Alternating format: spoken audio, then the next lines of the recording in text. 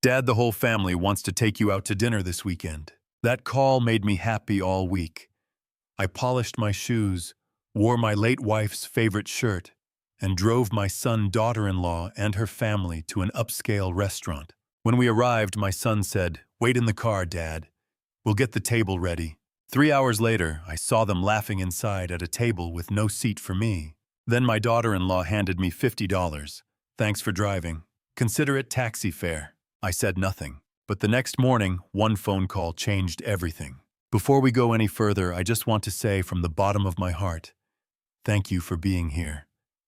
Drop a comment and tell me what country or city are you watching from. Let's see how far this story travels. A quick note. This story contains fictional elements woven in for storytelling and educational purposes. Any similarity to real names or places is entirely coincidental. But everything it teaches, I believe, is worth carrying with you. It was a Monday afternoon, October 6th, and I was on my knees in the backyard pulling dead roots out of the soil when my phone rang. My hands were caked with dirt. My knees had been aching since around 2 o'clock. They always do when I stay low too long on cold ground. I almost didn't get up. Most calls these days are telemarketers or my doctor's office reminding me about a follow-up appointment I've already written on the calendar.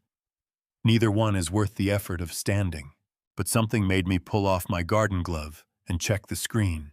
"Derek!" I sat back on my heels and stared at his name for a moment. My son didn't call on Monday afternoons. He texted usually short messages that said everything and nothing at the same time. "Hey Dad, hope you're good?" No question mark, no follow-up. The kind of message that checked a box without opening a door. I pressed answer. "Derek, hey son." "Dad?" His voice came through bright and quick the way it does when he's in a good mood or running on something. With Derek, those two things have always looked identical. "How are you doing? What are you up to? Just working in the yard?"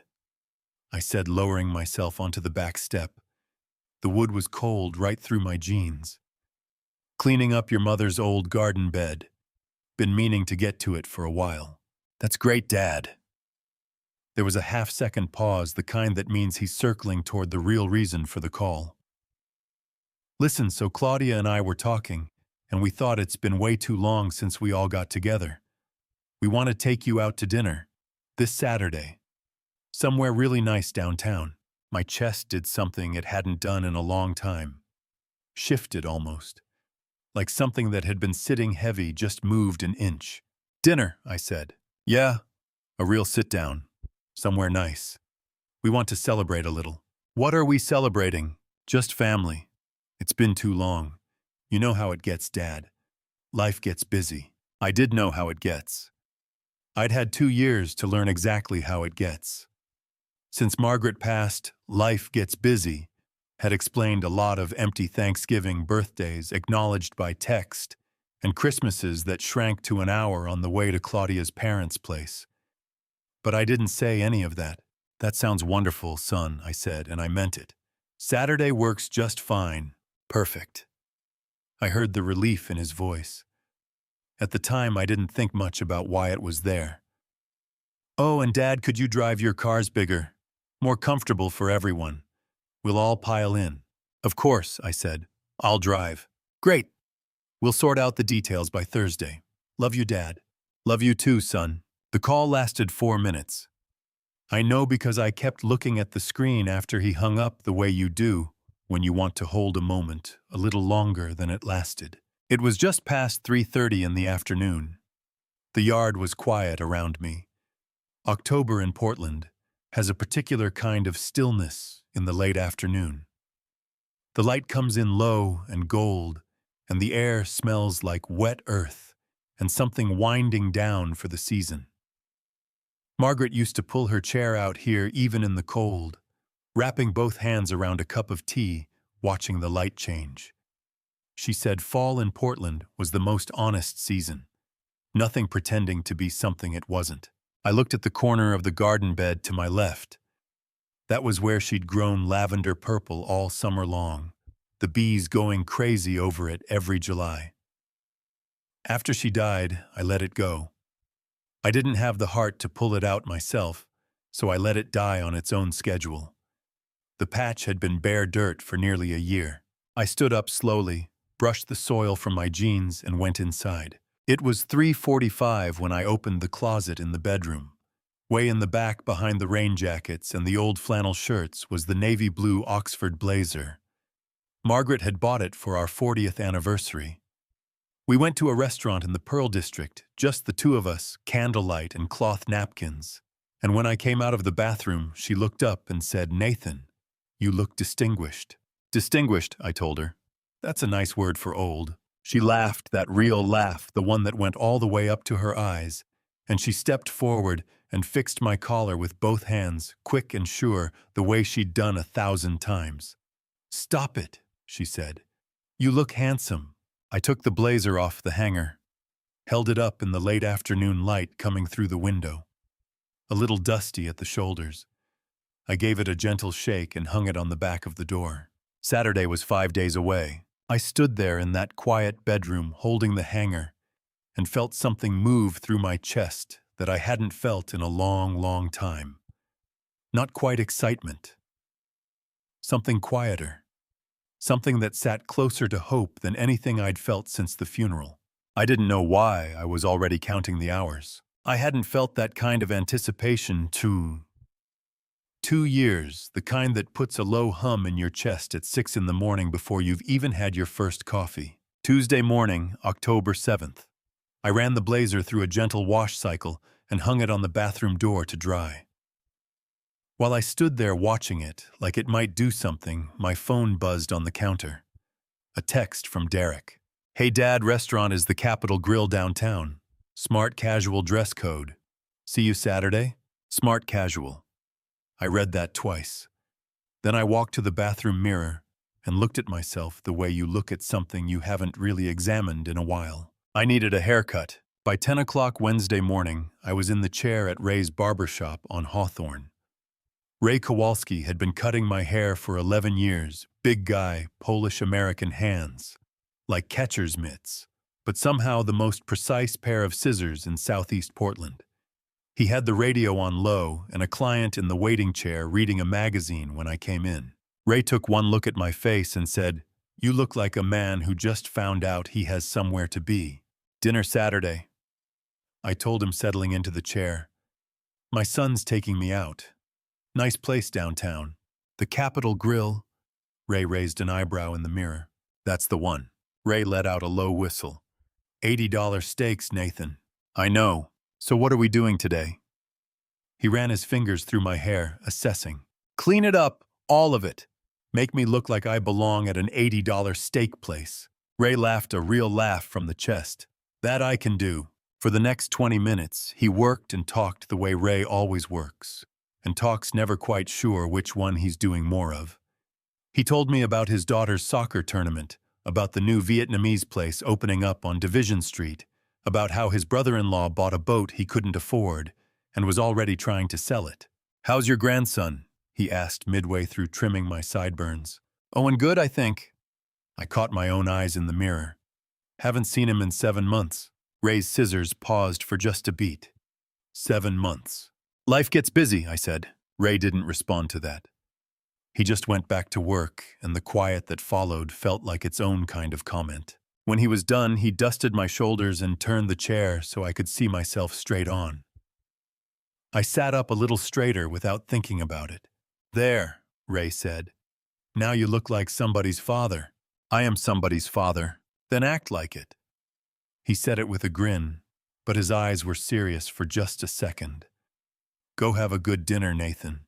I tipped him $8 over the usual and meant every cent of it. Thursday morning, I drove to Powell's Market to find something for Owen.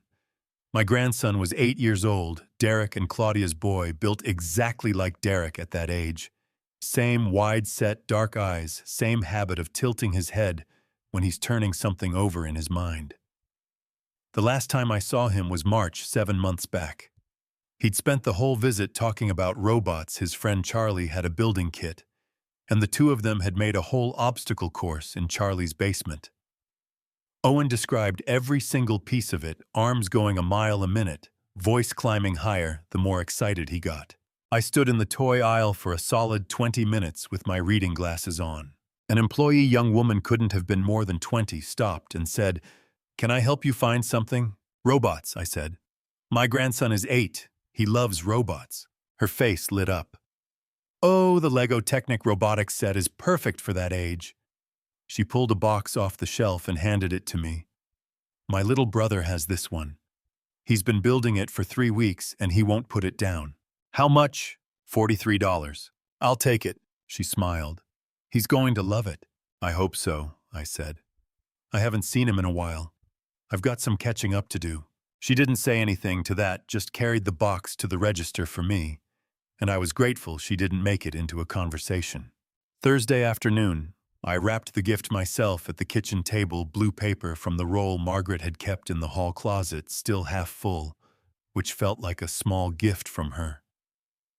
I tied a white ribbon around it and wrote the card by hand, "For Owen, can't wait to see you Saturday. Love, Grandpa." I set it down and looked at it for a moment. Then I picked it up and carried it out to the garage, setting it carefully on the passenger seat of the Suburban, so I wouldn't forget it. The Suburban, I'd bought that truck for Derek 3 years back.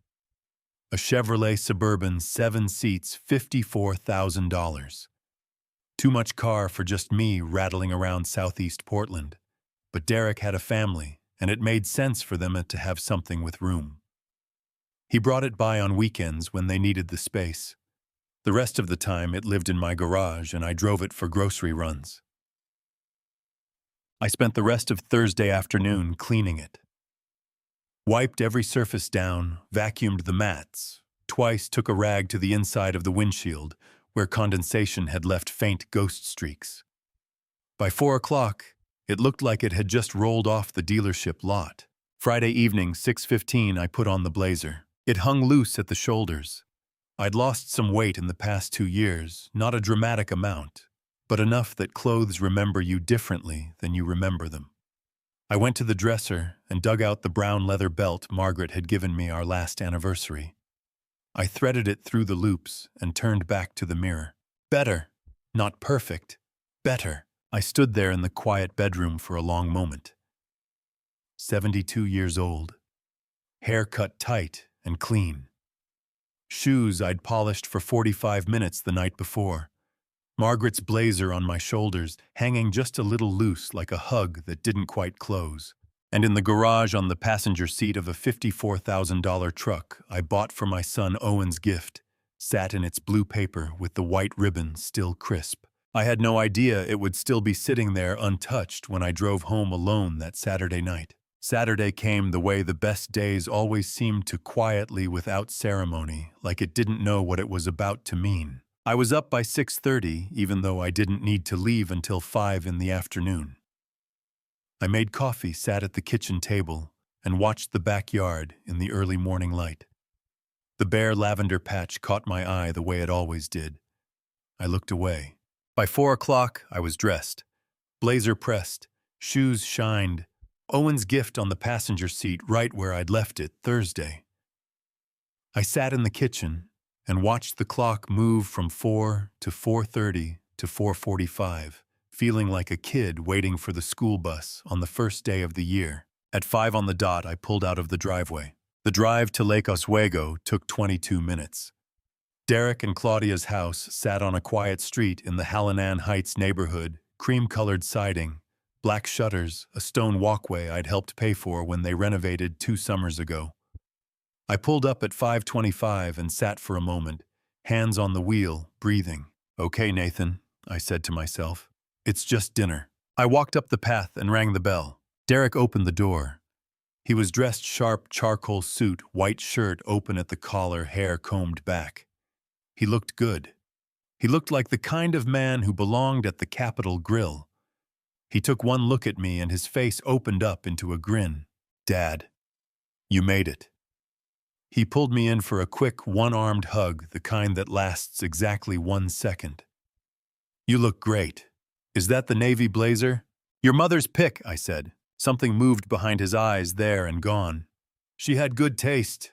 He stepped back. Come in, everyone's almost ready." "Everyone." I stepped inside and stopped. The living room had more people in it than I expected. Claudia stood near the kitchen doorway in a black cocktail dress, earrings catching the light, a glass of white wine already in her hand. She looked up and gave me a smile that landed just short of warm. "Nathan." She crossed the room and touched my arm briefly. "So glad you could make it."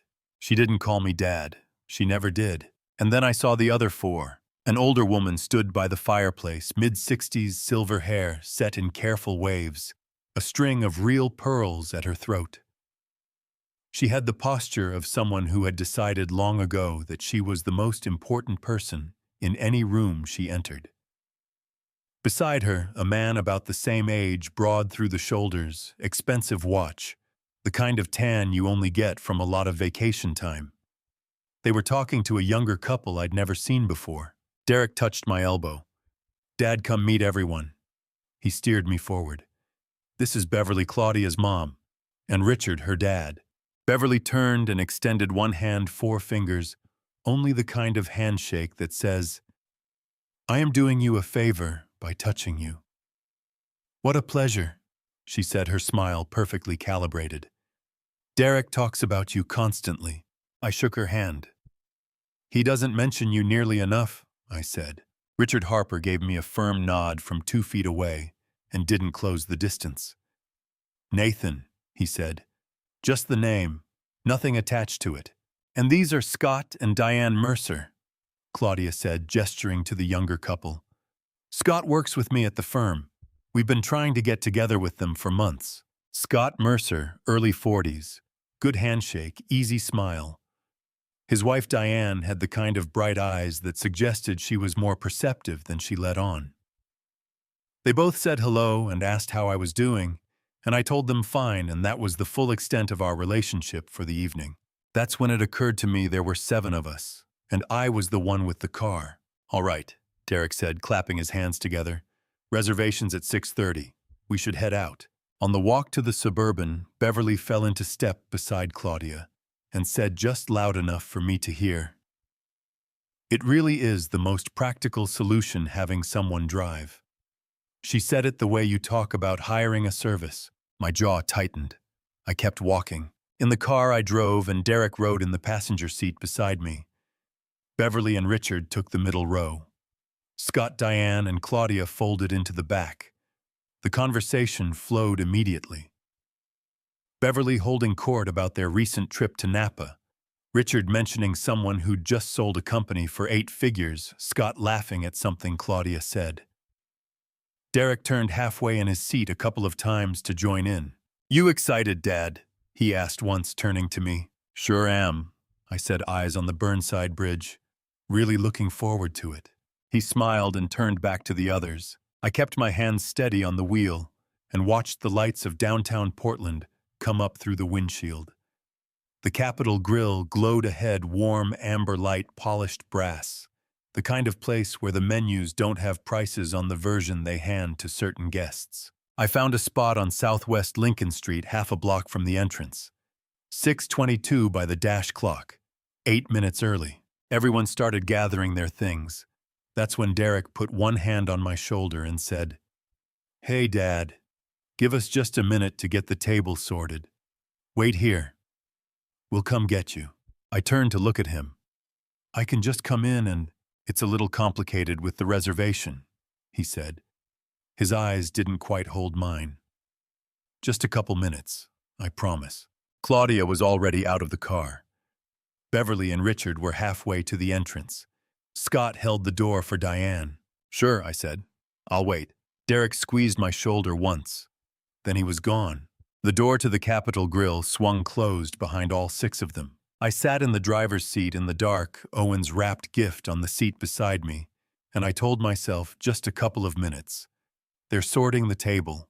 It's fine. I believed him. God help me, I believed every word of it.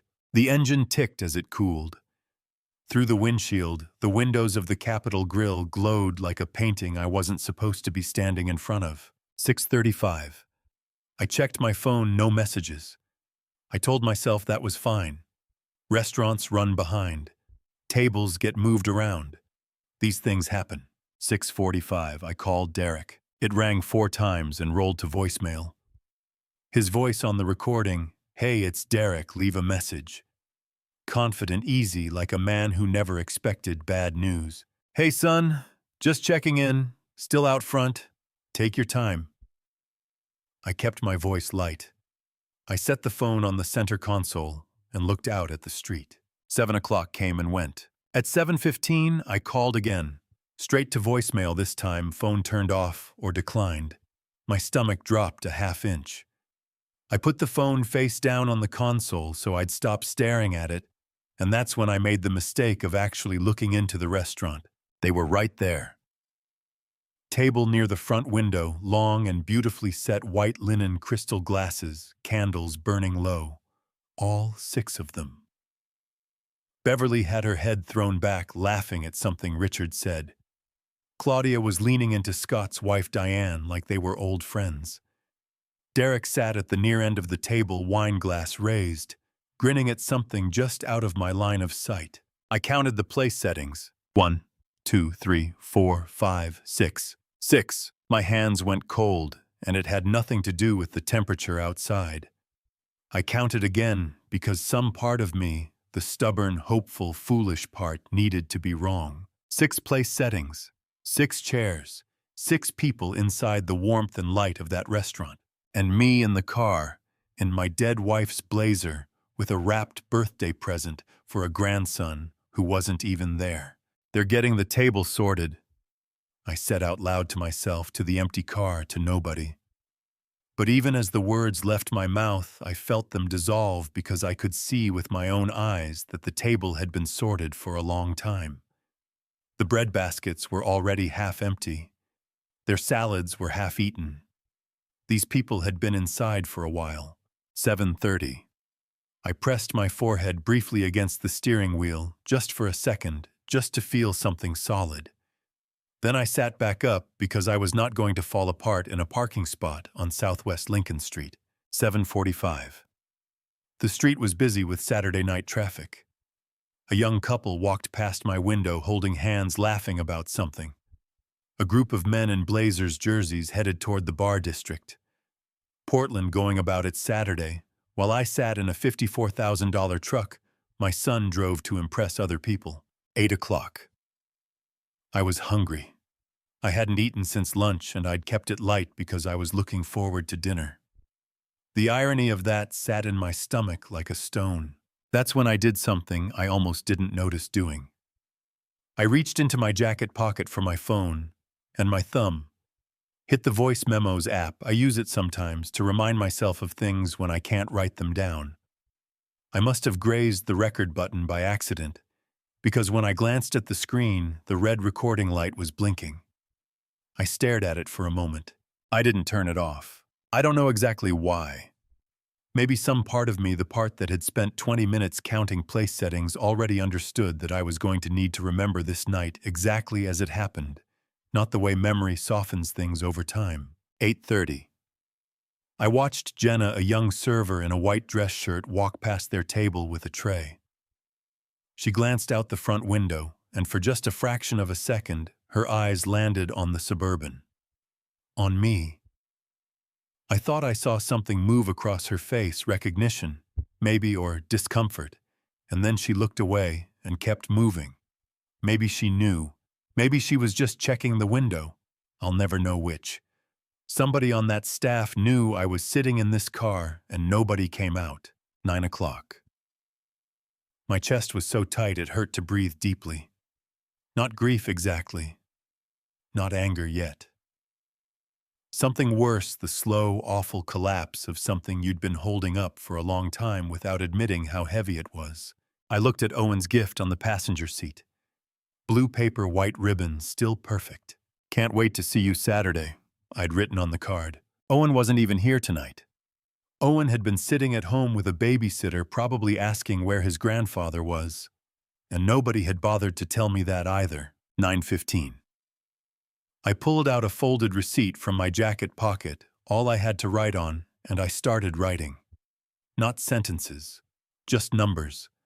The down payment I'd covered when Derek and Claudia bought the house. The check I'd written for the wedding. The amount I'd wired when Claudia's firm had that rough quarter 2 years ago. I wrote until I ran out of space on the receipt, and then I sat there staring at what I'd written and felt something go very quiet inside me. At 9:20, the front door of the Capitol Grill swung open. They came out laughing, all 6 of them loose and bright with wine. Beverly's hand on Richard's arm, Claudia and Diane talking over each other, Scott with his jacket slung over one shoulder. Derek was last still grinning at something Scott had said, and for a moment, just a moment, he looked so happy that my chest cracked straight down the middle. That was my son. That was my boy. And standing there watching him, I told myself he hadn't thought of me once in the last 3 hours. I don't know if that was true, but it felt true, which at that moment was worse. I reached into my jacket pocket and pressed record again on the voice memo deliberately this time. Whatever was about to happen on this sidewalk, I was going to have it exactly as it was. I got out of the car. They came out the way people do when they've had too much wine and too good a time, loud, unhurried, like the cold October night belonged entirely to them. I was standing on the sidewalk beside the Suburban when they spilled through the front door of the Capitol Grill. Beverly had her arm looped through Richard's, her head tilted back mid-laugh at something he'd said. Scott had his jacket slung over one shoulder. Diane was already pulling out her phone, probably for an Uber. Claudia walked out last beside Derek, her heels clicking sharp on the pavement, flushed and bright-eyed from the wine. Derek saw me and his grin flickered just for a half second, just enough before it came back up to full wattage. "Dad." "Hey, sorry about that." He closed the distance between us and clapped me on the shoulder the way you'd greet a guy you'd kept waiting at a bar. "Time just got away from us." 3 hours, I said. My voice came out level. I didn't plan that, it just did. "What?" He leaned in slightly like he hadn't heard. "Nothing," I said. "Let's get everyone home." That's when Claudia stepped forward. She reached into the small black clutch on her wrist and pulled out 2 folded bills. She held them out to me between 2 fingers, the way you hand a valet their tip. "Nathan." Her smile was smooth as lacquered wood. "For the gas and your time tonight. We really appreciate it." I looked down at the money in her extended hand. 2 20s, $40. No, I looked closer. A 50. My hand took it before my brain had finished deciding whether it should. The bill was warm from sitting in her clutch all evening. "Thank you," I said, because I didn't know what else to say. Because 72 years of being a decent man had made "thank you" my automatic response to things I should have pushed back against. And then Beverly Harper, not 2 feet to my left, turned to Richard and said it. Clear as a bell. Voice carrying the easy confidence of someone who had never once worried about being overheard by the wrong person. "Smart move keeping him outside. Can you imagine bringing him in? He looks like he delivers the groceries." Richard made a sound, half laugh, half breath, and looked away toward the street. My whole body went rigid. Not with anger. With something colder than anger. Something that started in my chest and spread outward to my fingertips until my hand around that $50 bill had no feeling in it at all. I turned and looked at Derek. He was right there. 3 feet away. He had heard every word I could tell by the way his jaw shifted and his eyes went down to the pavement. His hand tightened around his wine-warmed phone. "Derek," I said. Just his name. Quiet. He looked up at me. And in his eyes I saw something that was worse than cruelty, worse than indifference. I saw shame. He was ashamed. He knew exactly what had just happened. And he pressed his lips together, swallowed once, and said absolutely nothing. Not one word in defense of his father. Not one syllable. Beverly had already moved on, asking Richard about whether they should stop for a nightcap somewhere. Claudia was checking her phone. The world kept turning like nothing had cracked. I walked to the driver's side door, got in, and started the engine. The drive back to Lake Oswego took 24 minutes. Nobody talked much. Beverly said something about a restaurant in Napa that did a better ribeye. Richard agreed. Derek stared out the passenger window the entire time. I drove with both hands on the wheel and my eyes on the road, and the $50 bill sitting on the center console like a verdict. When I pulled up to Derek and Claudia's house, everyone unfolded themselves from the Suburban. Beverly said, "Thank you for the ride, Nathan," the same way she might thank a hotel shuttle driver. Richard gave me a nod. Scott and Diane said goodnight to the group without specifically saying it to me. Claudia was the last one out. She paused in the open door and said, "Drive safe," and closed it. Derek stood on the curb. For a moment, just a moment, I thought he was going to say something. His mouth opened. His hand came up halfway like he was going to reach back in through the window. "Dad." "Good night, Derek," I said. He closed his mouth, stepped back from the curb. I pulled away. The streets of Lake Oswego were quiet and well lit at 10:45 on a Saturday night. I drove through them and then up onto the highway toward Portland. And the whole time my hands didn't shake, my voice didn't break, my eyes stayed dry. I was so far past the kind of hurt that cries.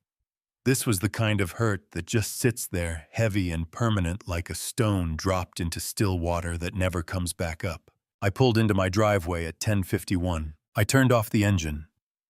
I sat in the dark garage with the door still open behind me, the cold air coming in off the October night, and I looked at the passenger seat. Owen's gift was still there.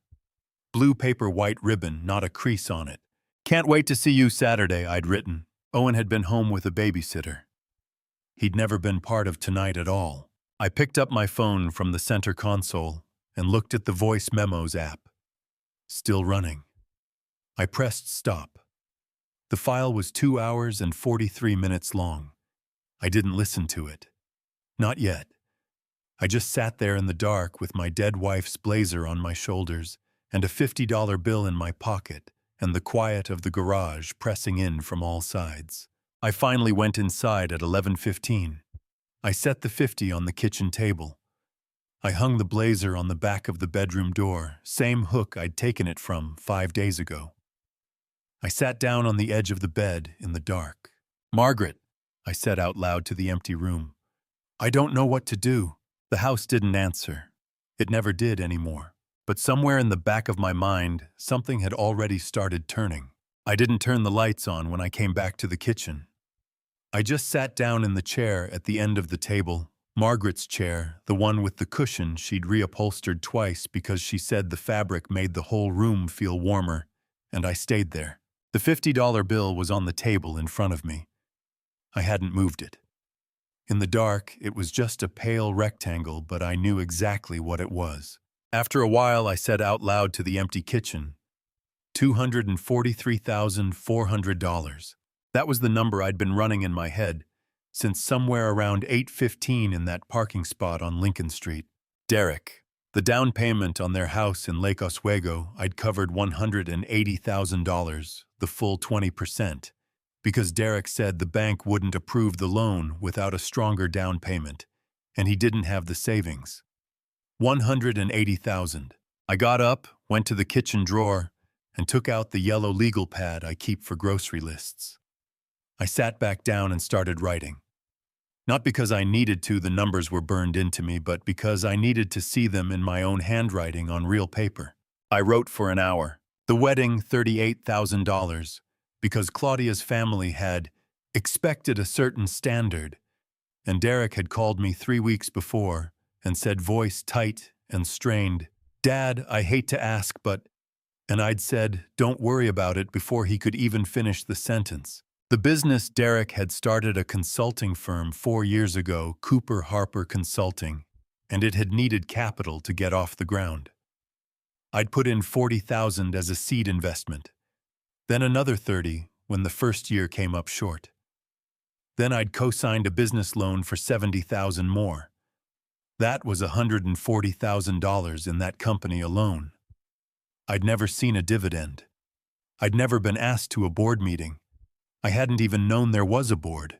Claudia's firm 2 years ago, a rough quarter, and Derek had called to say they needed a bridge loan just to get through the fiscal year.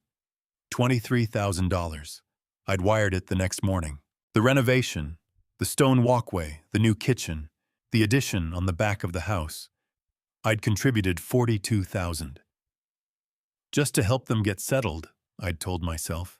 By the time I finished the list, it was nearly 2 in the morning, and the legal pad had 3 full pages. I stared at the total I'd written at the bottom: $423,000. $423,000. I pressed my palm flat against the number like I could push it back into the paper. My eyes burned, not tears, just the particular ache of a 72-year-old man who hasn't slept and has been staring at a yellow legal pad under a single kitchen light for too long. That was more than half of everything Margaret and I had saved in 40 years of working. 40 years of her teaching 3rd grade and me pulling wire through walls and crawl spaces and attic insulation. 40 years of buying the store brand cereal and taking vacations we could afford and driving cars until they gave up on us. $423,000. And tonight they'd handed me $50 to drive the car. I got up and walked to the living room. I stood in front of Margaret's bookcase. She'd kept all her mysteries here, the old Agatha Christie paperbacks, and the newer ones she'd discover at Powell's Books and bring home like treasure. I pulled one out, looked at it without seeing it, put it back. "You knew, didn't you?"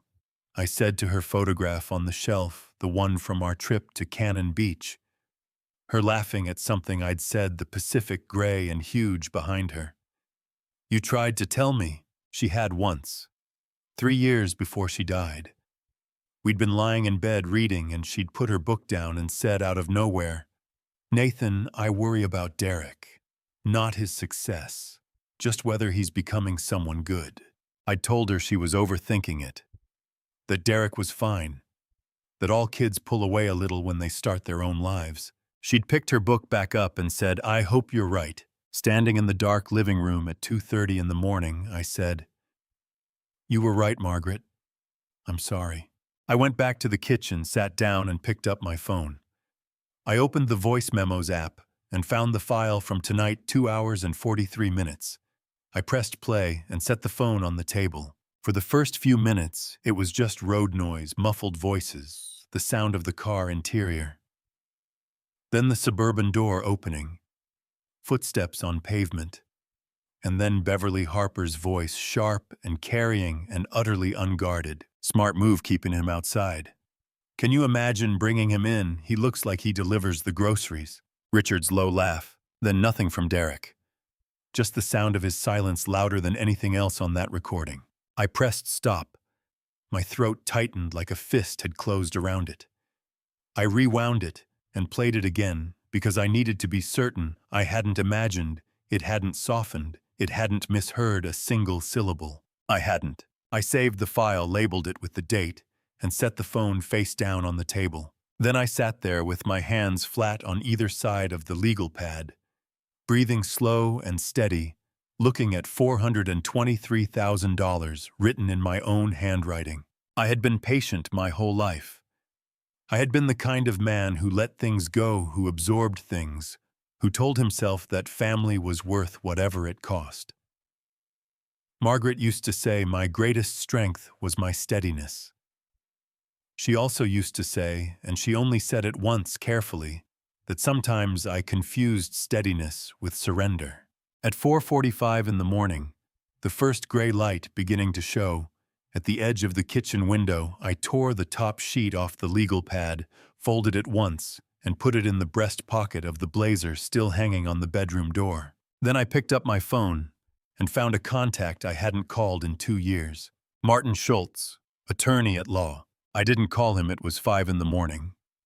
But I held the phone with his name on the screen, and for the first time since I'd pulled out of that parking spot on Lincoln Street, I felt something shift in my chest.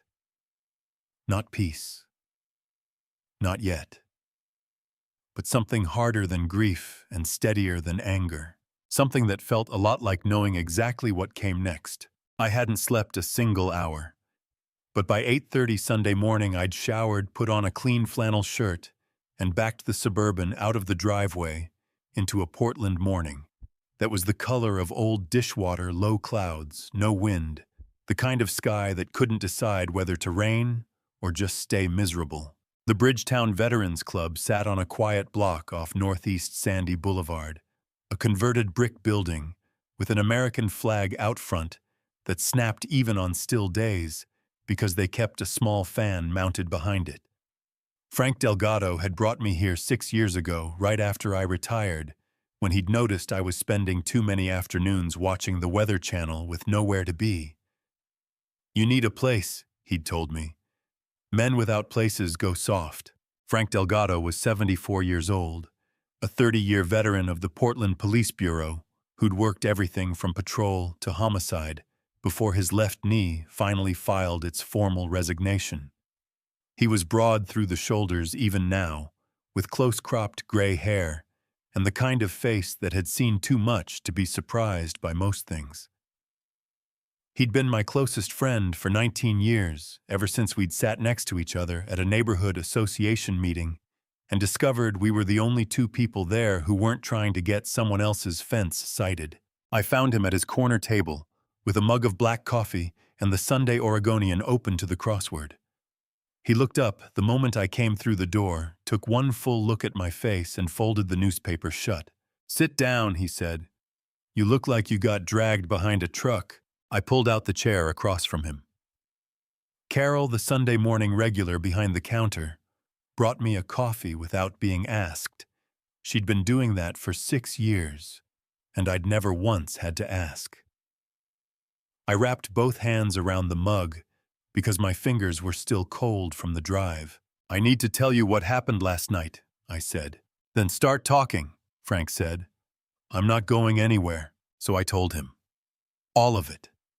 I started from Derek's phone call Monday afternoon, and I went through every single piece: the blazer, the gift for Owen driving out to Lake Oswego on Saturday evening, meeting Beverly and Richard Harper for what felt like the first time, even though I'd met them at the wedding 5 years ago, and they'd looked straight through me both times. I told him about Derek's hand on my shoulder at the restaurant entrance, the quiet confidence of, "Just give us a few minutes, Dad." I told him about 3 hours in the car, about calling Derek's phone twice and getting voicemail, about finally looking through that restaurant window and counting the place settings one by one. Frank's jaw tightened when I got to the 6 chairs. His eyes went hard and still. I kept going. I told him about Claudia's 2 fingers holding out that $50 bill, the way she'd smiled when she did it smooth and practiced as a hotel concierge handing back your room key. And then I told him about Beverly Harper's voice carrying clear as a bell across the sidewalk. "Smart move keeping him outside," I said, quoting it exactly. "Can you imagine bringing him in? He looks like he delivers the groceries." Frank set his coffee mug down on the table with a sound like a gavel. "She said that," he said, not a question. Clear enough that I recorded it by accident on my phone. I played it back at 2 in the morning to make sure I hadn't imagined it. "And Derek." Frank's voice had gone flat and deliberate the way it did when he was building towards something. He heard her say that. He was standing 3 feet away, and he said nothing. "Not one word," I said.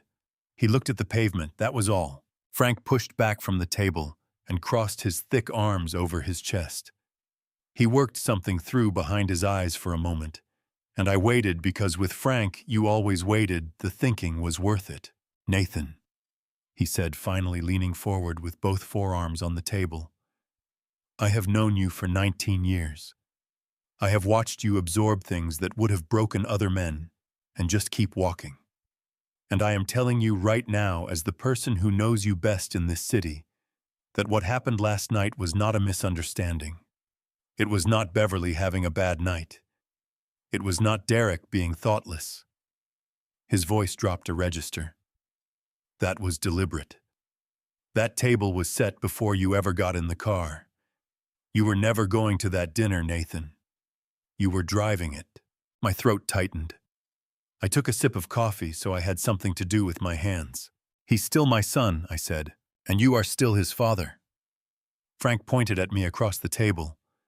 "Which means you deserve to be treated like one.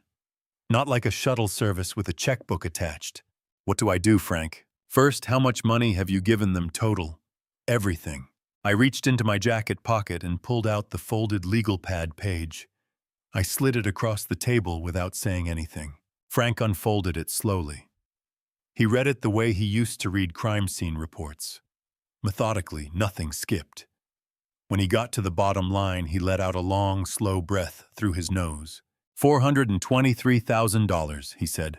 Give or take a few hundred. Frank refolded the page and slid it back to me. His expression hadn't cracked, but something moved behind his eyes that looked a lot like controlled fury. Do you have a lawyer? Martin Schultz handled Margaret's estate. Call him tomorrow morning. Before you talk to Derek, before you answer any calls, before you do one single thing. Frank tapped the table with one finger for emphasis. You need to know what you own, what you're liable for, and what leverage you actually have.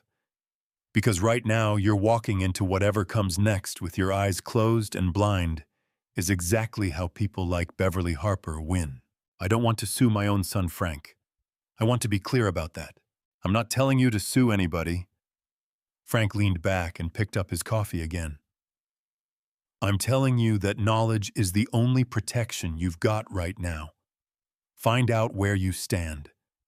Then decide what you want to do about it. We sat for another 40 minutes.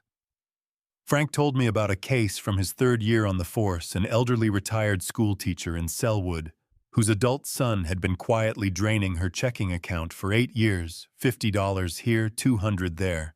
Never enough in any single transaction to trigger a flag. By the time a neighbor noticed she had $11 to her name and no memory of signing half the documents she'd signed, she kept saying he was her son, Frank said. Every time we talked to her, that was the answer to everything. He's my son. Like that was supposed to make the $11 make sense. Doesn't family explain some of it? I asked, and I hated how much I needed the answer to be yes. Frank looked at me steadily. Family is why people get away with it, he said.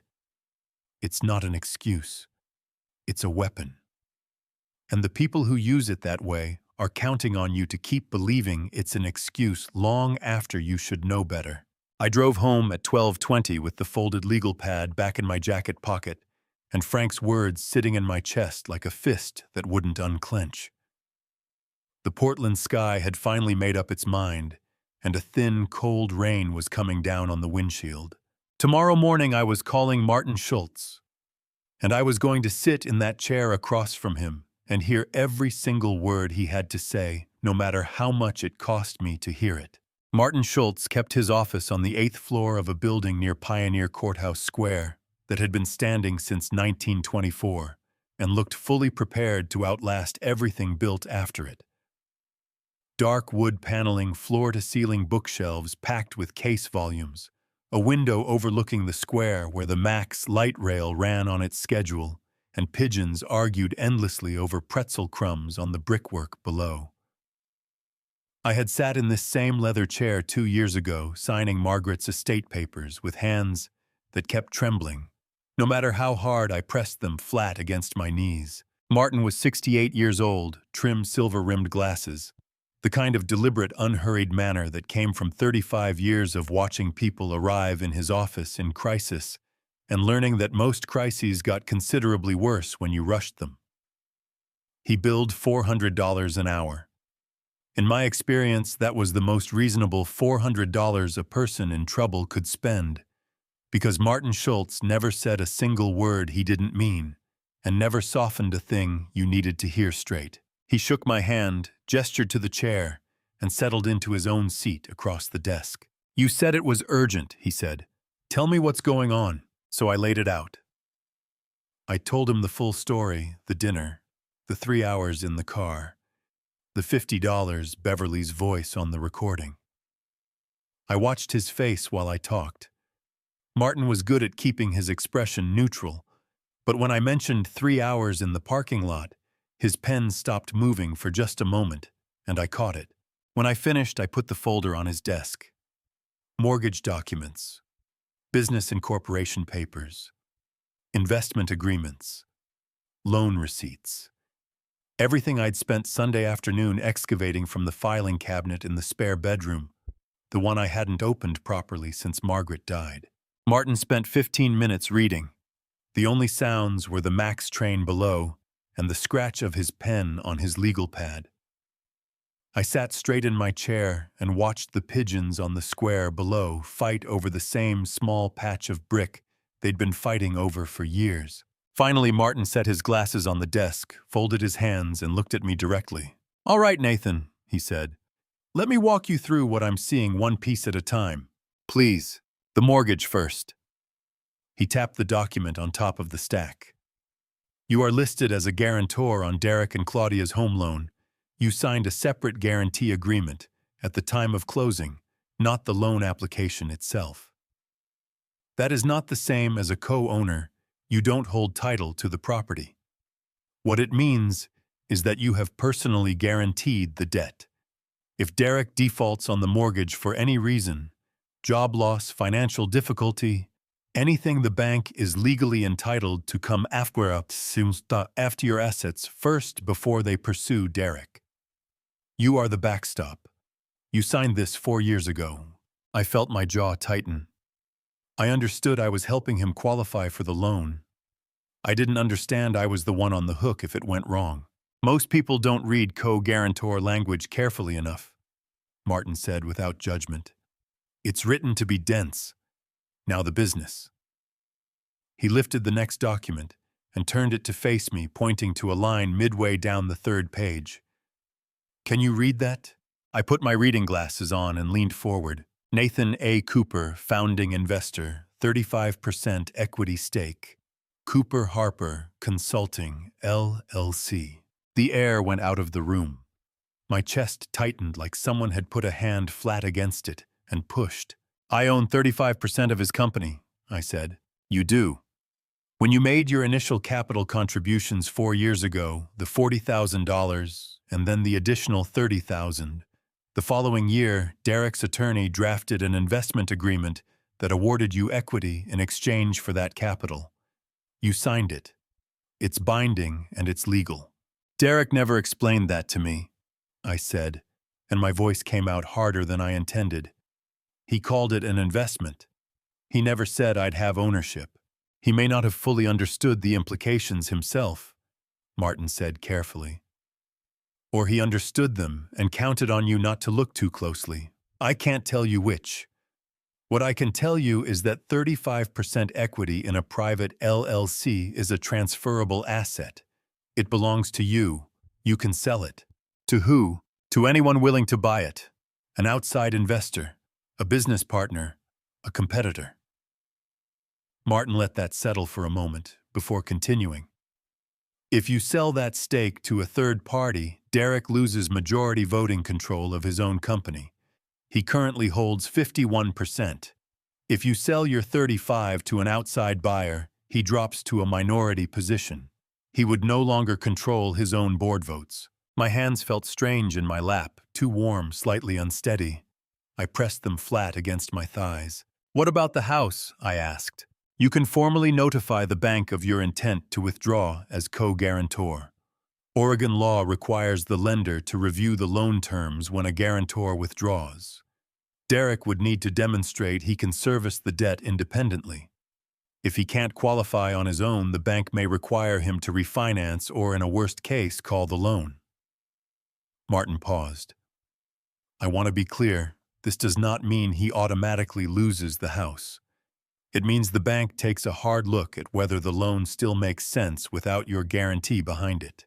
And the money I lent Richard Harper." Martin picked up the last document, the handwritten loan agreement on plain paper that I'd found at the bottom of the filing cabinet, the one I'd nearly forgotten about.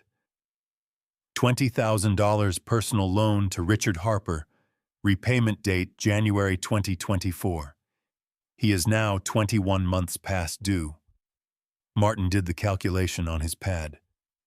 With Oregon's statutory interest rate of 9% per annum on unpaid personal loans, he currently owes you approximately $23,150. This is fully collectible through civil court. I stared at the document in Martin's hand. Richard Harper. The man who had laughed at his wife's joke on the sidewalk Saturday night. who had nodded at me in Derek's living room, like I was someone whose name he was working to remember. Nathan. Martin set the paper down and looked at me over his glasses. I need to ask you directly, what do you want to accomplish, not what you're angry about right now. What do you actually want? I looked out the window at Pioneer Courthouse Square. A woman was tossing birdseed near the fountain, and the pigeons descended on her in a gray wave, shoving each other aside, taking everything they could reach. I don't want to destroy my son, I said. I hear that. But I am done, I said, and my voice came out with an edge I didn't plan for sharp enough that Martin's eyebrows lifted slightly. I am done being the foundation they build on while they act like they built it themselves. I am done signing papers I don't understand because my son calls and says he needs help. I am done being the man who sits in a parking lot for 3 hours and says thank you for the $50. Martin held my gaze for a long, steady moment. Then he picked up his pen, pulled a fresh legal pad toward him, and said, "Then let's talk about what you want to do and how to do it correctly." He began to write. And sitting across from him in that quiet office with the rain coming down on Pioneer Courthouse Square below, I felt something move in my chest. Not relief, not yet. Not anything that simple, but the particular feeling of a man who has finally stopped pretending he doesn't know what he needs to do next. I left Martin's office at 12:15 with a folder of documents under my arm and one clear thought driving everything else out of my head. Before I set any of this in motion, I needed to look my son in the eye one more time. Before I tell you what happened when I walked through that door, when I stood in front of Derek, Claudia, Beverly, and Richard, with everything I had collected, everything I had recorded, everything I had finally counted up, I need to know. Are you still with me? Drop the number 9 in the comments right now. Just a 9. That tells me you're here, and that tells me this story is reaching the people who need it. A small note. Before we continue, the story ahead contains some fictional elements shaped for storytelling purposes. It may not reflect every detail exactly as it happened. If that is not the kind of content you are looking for, this is a good moment to step away. No judgment and no hard feelings. Lake Oswego in October looks like the kind of place where nothing bad ever happens. Wide streets, clean gutters, maple trees dropping leaves in colors that look too perfect to be real. I'd driven through this neighborhood 100 times in the past 4 years, and always felt a quiet pride pulling up alongside the stone walkway, the black shutters, the careful landscaping. I'd helped pay for most of it. Today I just felt tired. I parked on the street at 3 o'clock and walked to the front door. My heart was steady. My hands were not. I rang the bell and stood on the front step with Martin's folder under one arm and my phone in my jacket pocket. Voice memos loaded and ready. Claudia answered. She was in a cream blouse and dark slacks put together even on a Monday afternoon, and the look that crossed her face when she saw me lasted only a fraction of a second before she smoothed it back to neutral. But I'd seen it. Surprise, then calculation. "Nathan." Her voice was bright and careful. "This is unexpected." "I imagine it is," I said. "Is Derek home?" Yes, come in." She stepped back. I walked into the living room and stopped. Beverly Harper was on the couch with a teacup in both hands. Richard sat in the armchair by the window with a newspaper across his lap. Both of them looked up with the measured expressions of people who had been warned or were very good at pretending they hadn't been. Derek stood up from the kitchen stool the moment he saw me, and his face did something complicated. Guilt and defensiveness fighting each other for position, neither one winning cleanly. "Dad?" His voice came out careful. "I was going to call you today.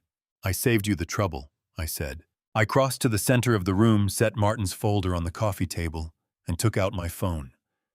I pulled up the voice memos app and pressed play before anyone could speak. The room filled with ambient noise from Saturday night street sounds, footsteps on pavement, and then Beverly Harper's voice came through the speaker, clear and unguarded and utterly precise. "Smart move keeping him outside. Can you imagine bringing him in? He looks like he delivers the groceries. Then Richard's low, satisfied laugh. Then nothing. The particular nothing of Derek standing 3 feet from his father and finding absolutely nothing to say. I stopped the recording. Beverly set her teacup down on the side table with a small, controlled click. Her expression had hardened around the edges, but she held herself straight spine like a steel rod. "That's out of context," she said. "What's the context?" I asked. My voice was level. I was surprised how level it was. "It was a private conversation, in a public parking lot," I said, 2 feet from where I was standing. "Private wasn't the priority, Beverly. I just wasn't worth the effort of lowering your voice." Beverly's lips pressed together into a thin line. She looked at Richard. Richard looked at his newspaper. Derek took a step forward. "Dad, can we talk about this calmly?" "I'm perfectly calm," I said, and turned to face him fully. "I'd like to ask you something, Derek. Look at me and tell me, did you know before Saturday that I wasn't going to be at that table?" Derek's jaw shifted. He looked at the floor and then back up at me. "It wasn't supposed to go like that. That's not what I asked." My voice cracked the room like a clean break. "Did you know?" His chest rose and fell. His hands opened at his sides.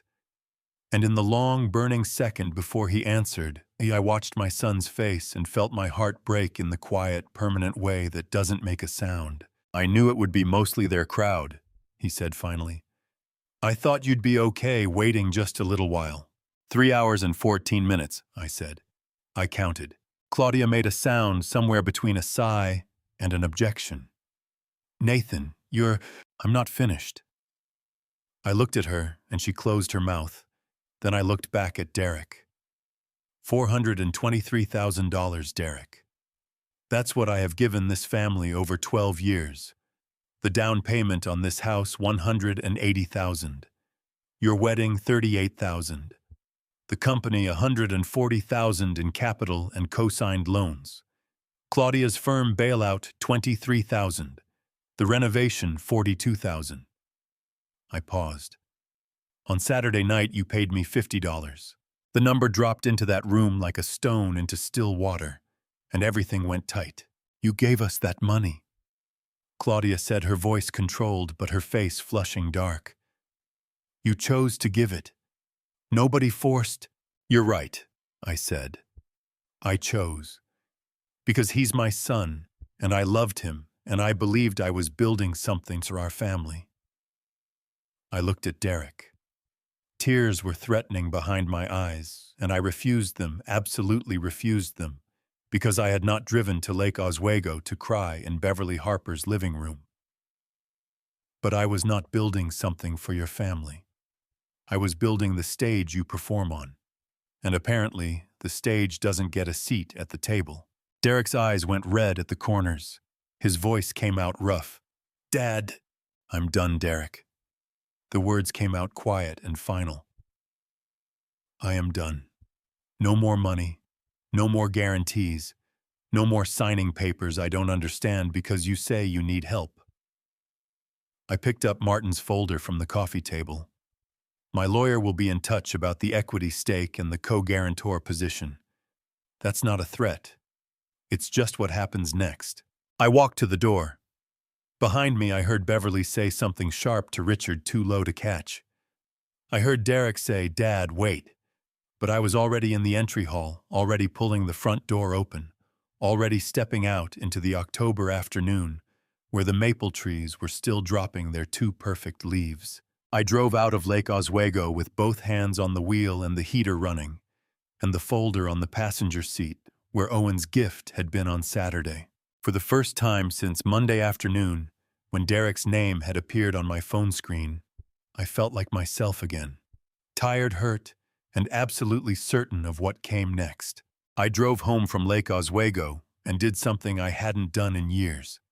I turned my cell phone to silent, left it face down on the kitchen counter, and let the world sort itself out without me for a little while. Tuesday morning, October 14th, I made coffee at 6:30 and sat at the kitchen table watching the backyard in the gray early light. My phone screen lit up 4 times before 7 o'clock. I could see the glow from across the room. I didn't pick it up. At 8:15, I finally checked. 4 missed calls from Derek. 2 from Claudia. 1 from a number I didn't recognize, Oregon area code, but not one I had saved. I put the phone back down face up this time so at least I could see if Owen called. Owen didn't call, but he also didn't know what had happened. As far as Owen knew, his grandfather had gone to a dinner and come home. I held on to that. On to Tuesday afternoon. Drove to the nursery on Southeast Powell and bought 3 lavender starts, small ones, still in their plastic pots, root balls wrapped in damp cloth. The woman behind the counter, probably 60 or so, gray braids and dirt under her fingernails, set them on the counter and said, "These need full sun and good drainage. Don't baby them, lavender likes a little hardship." "Don't we all?" I said. She laughed. "You've grown lavender before." "My wife did," I said. "I'm learning late." She wrapped the pots carefully in newspaper and put them in a paper bag. "She'll forgive you for starting over," she said, and I think she was still talking about the lavender. Wednesday morning, I called Martin and gave him the go-ahead on 2 things: drafting the formal notice to the bank about my co-guarantor position and sending the demand letter to Richard Harper for the $24,200. Martin said he'd have both ready by end of week. I said fine. I sat at the kitchen table after I hung up and felt something settle in my chest, solid and quiet, like a decision that had finally stopped second-guessing itself. Wednesday evening, Frank called. "You need to see something," he said. "What?" "Claudia posted on Facebook this afternoon. I had my daughter send me a screenshot. You want me to read it to you?" I closed my eyes for a second. "Go ahead." Frank cleared his throat. Quote, "Heartbroken to see someone we have supported and loved choose to walk away from family without a word of explanation. Some people only know how to take. We are leaning on each other and staying strong."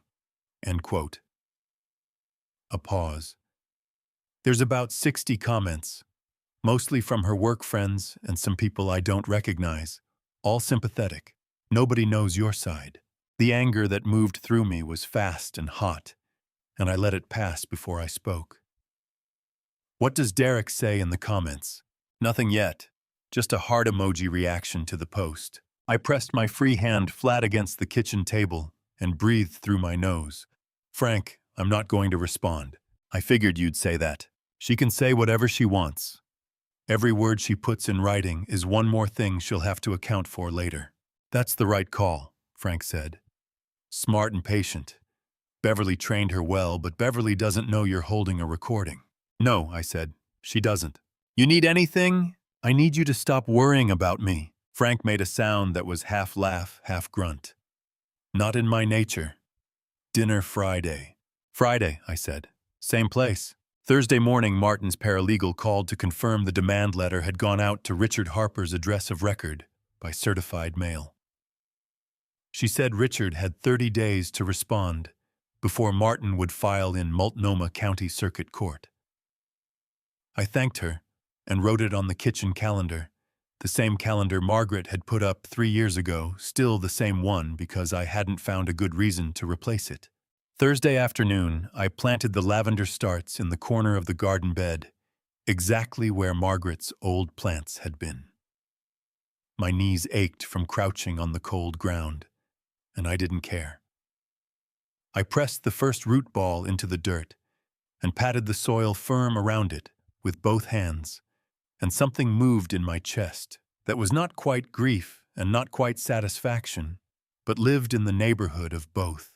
Friday evening, Frank and I ate dinner at the diner on Hawthorne. Same corner booth, same coffee, same turkey melts that were exactly as good as they needed to be and no better. "How are you sleeping?" Frank asked over his second cup. "Better than last week," I said. "Not great. Better. The lavender get planted. 3 starts, southeast corner." Frank nodded approvingly. "Margaret would like that. She'd tell me I planted them too close together," I said. "She'd be right." Frank grinned a real one wide and weathered. She was always right.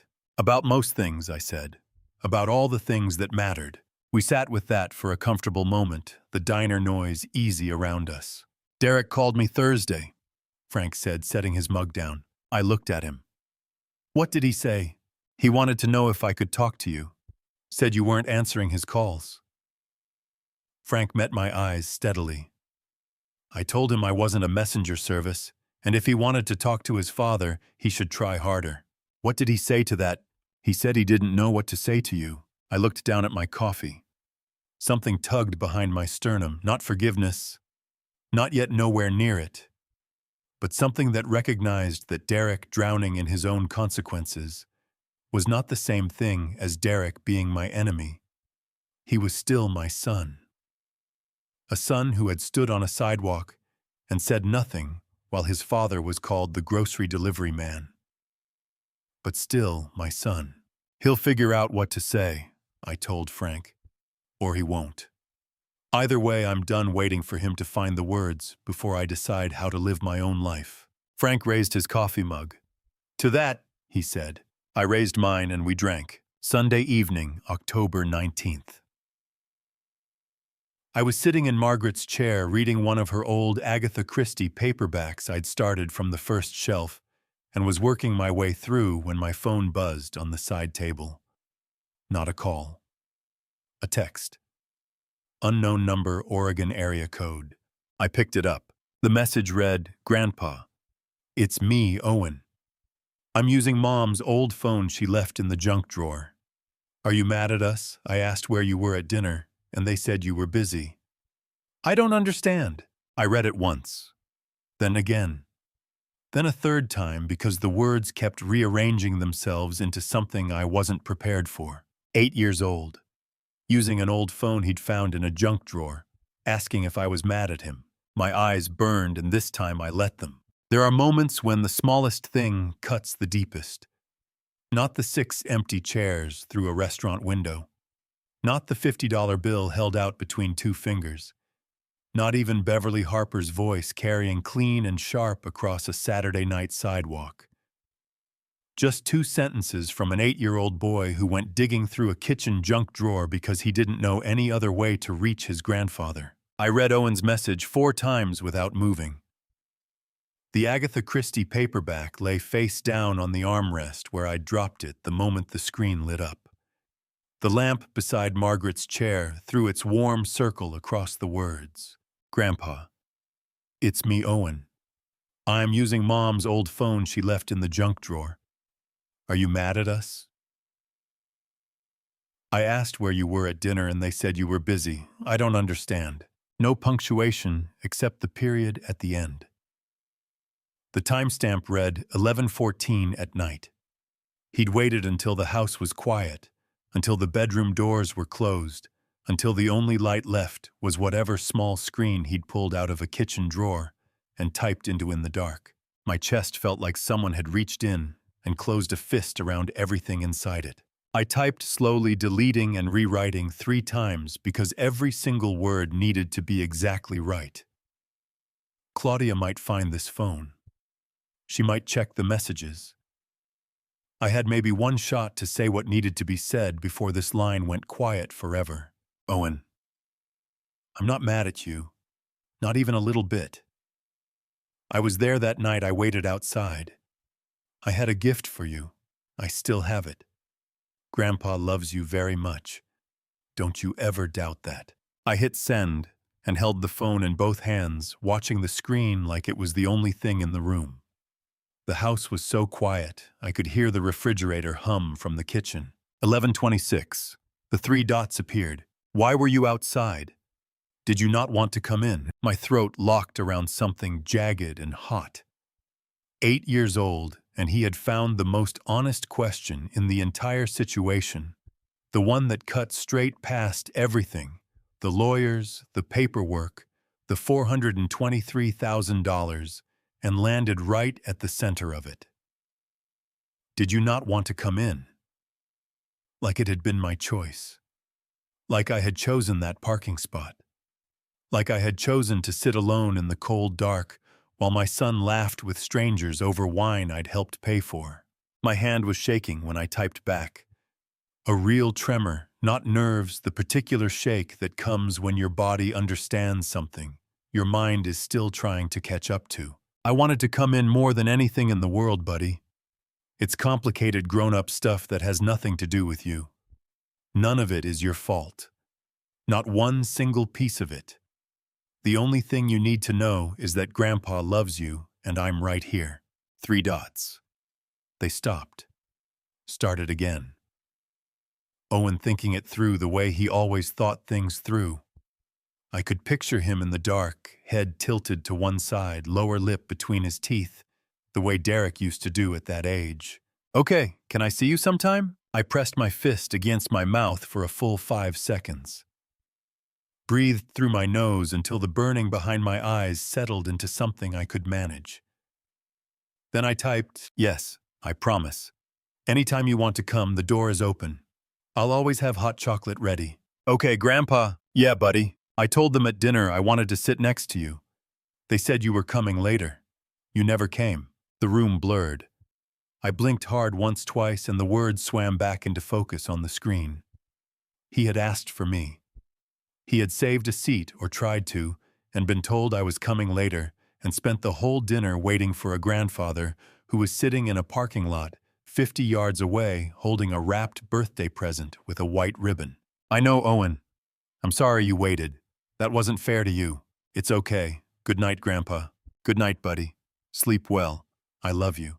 The screen went dark. I sat in Margaret's chair for a long time, without moving. My eyes were wet, and I let them be wet because there was nobody to see it, and because some things deserve exactly the amount of grief they're owed. I thought about Owen saving a seat.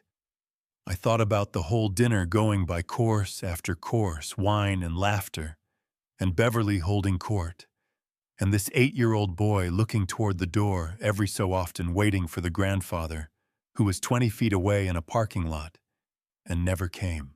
After a while, I got up and went to the kitchen, drank a glass of water standing at the sink. The backyard was dark, but I knew where the lavender starts were southeast corner left of the fence post. I'd pressed those roots in myself 3 days ago. I changed into work clothes and went to the garage for the hand trowel. It was past midnight, and the October air was cold enough to see my breath. I didn't care. My hands needed dirt. They needed something real and immediate and alive. I worked in the garden by the porch light until 2 in the morning, loosening soil, pressing compost around the base of each plant, checking that the roots had caught.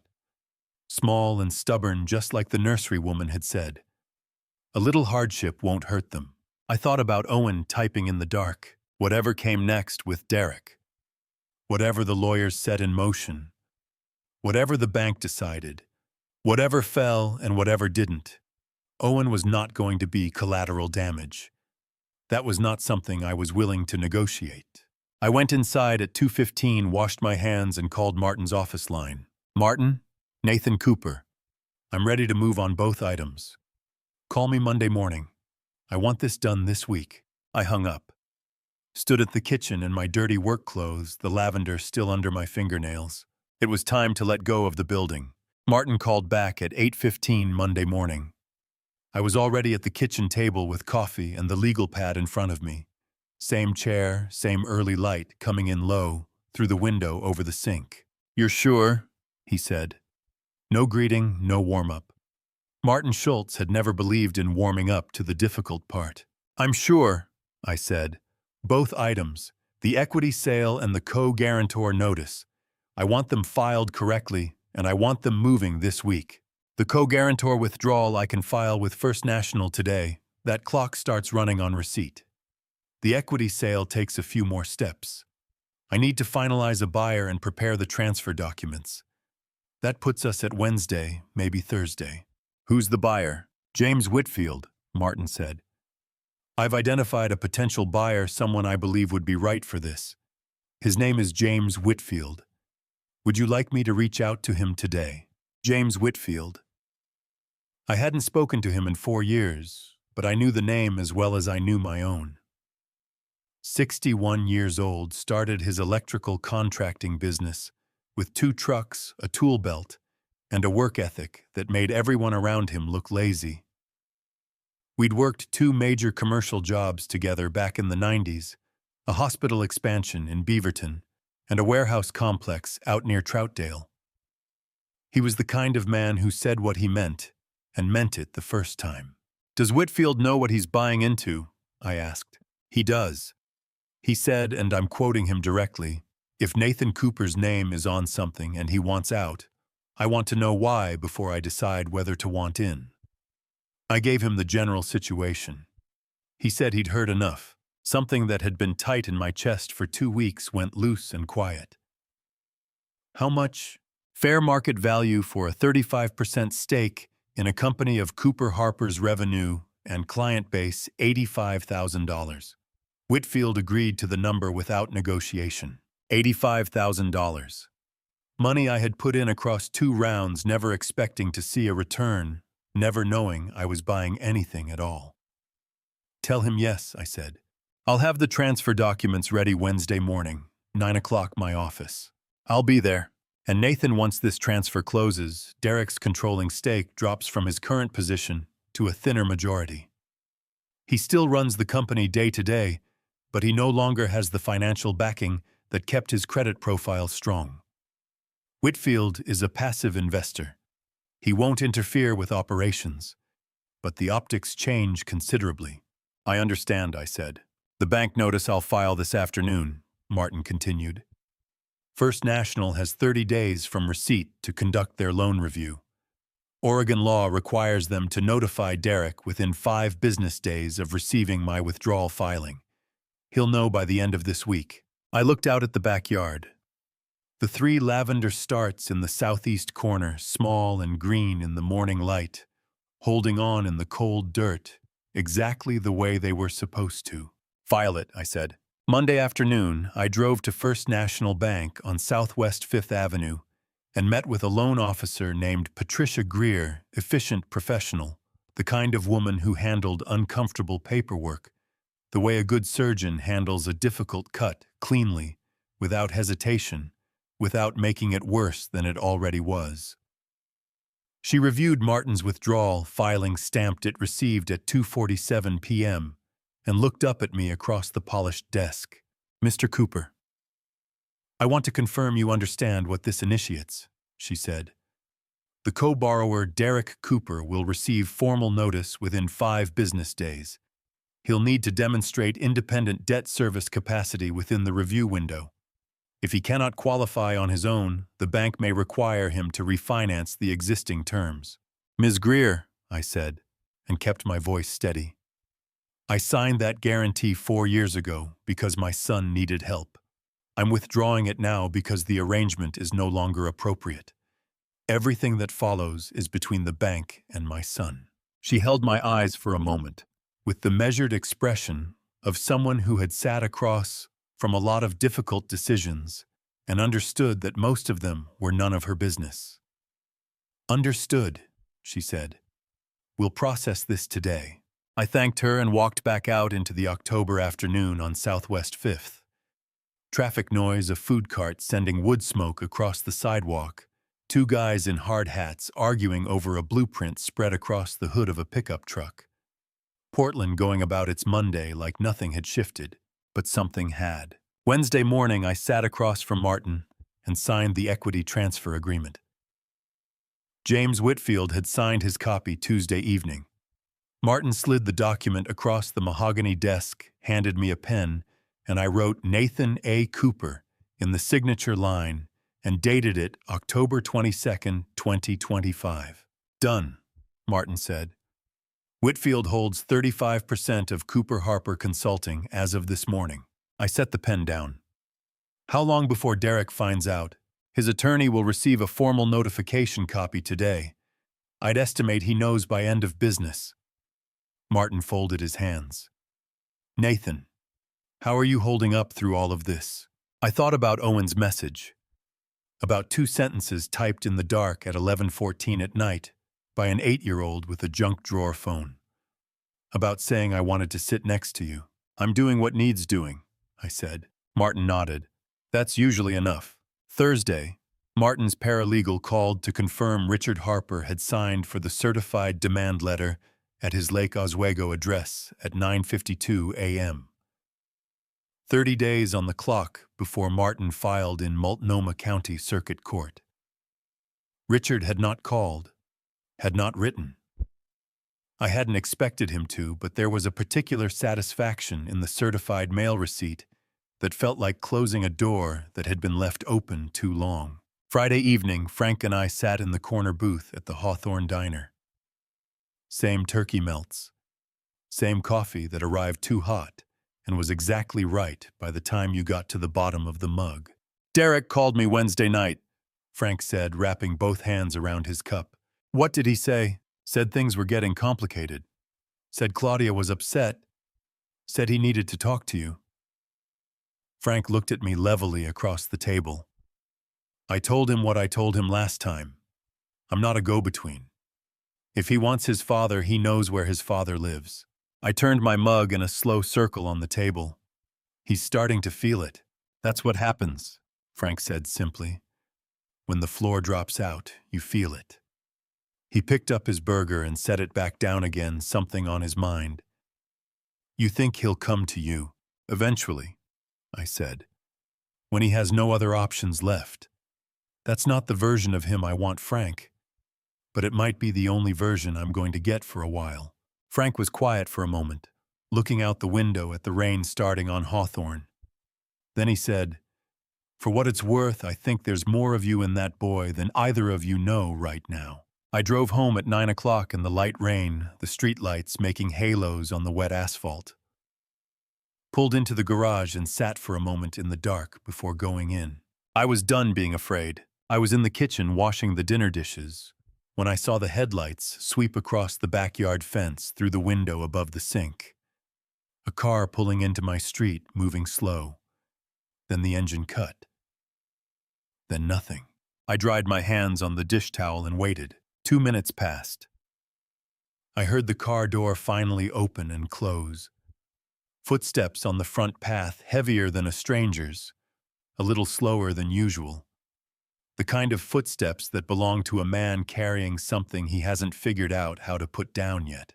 The doorbell rang. I walked to the front door and opened it.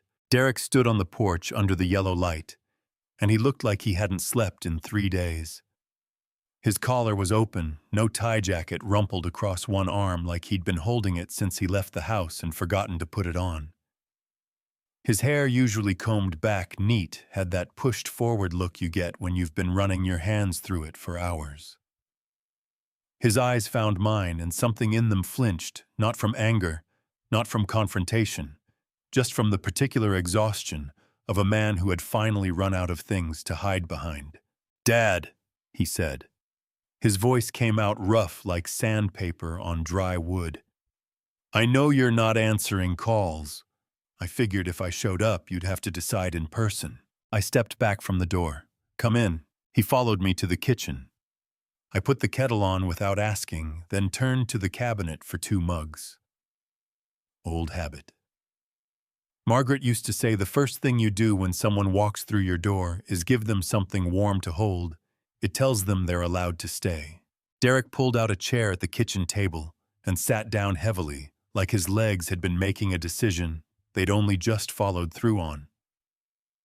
He set his jacket over the back of the chair and looked around the kitchen the way you look at a place you grew up in and have been away from long enough that it looks smaller than you remembered.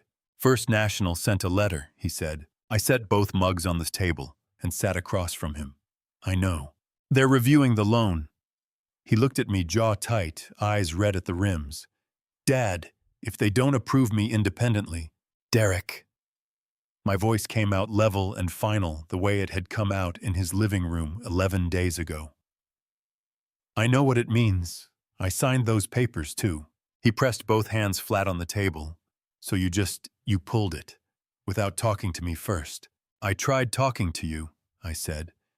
"In your living room, with your mother-in-law sitting on the couch and your father-in-law pretending to read a newspaper." I picked up my mug. "That was my conversation. You had your chance." Derek's jaw worked. He stared at the table for a moment, then looked back up at me.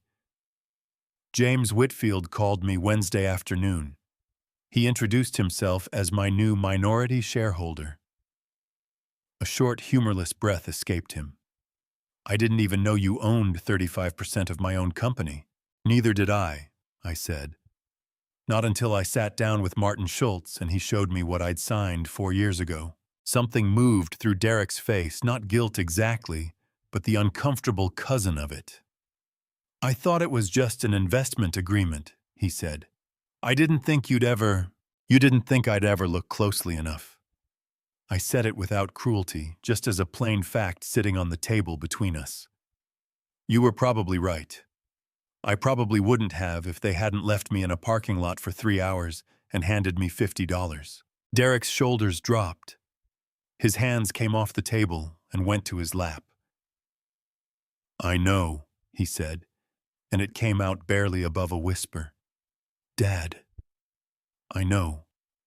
I've been trying to figure out what to say to you for 2 weeks, and I can't find the words. Then don't look for words, I said.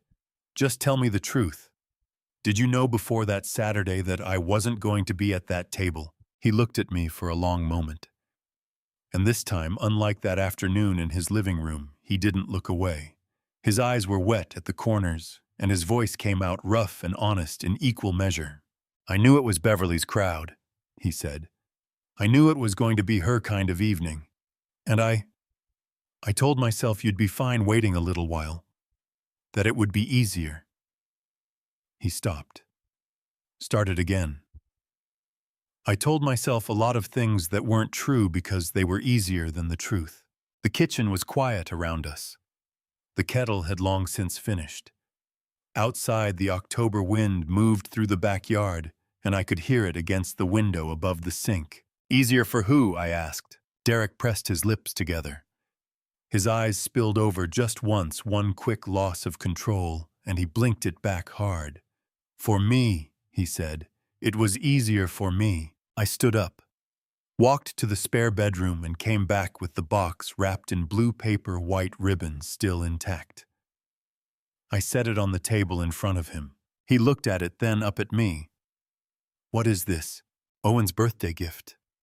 I brought it to dinner that night.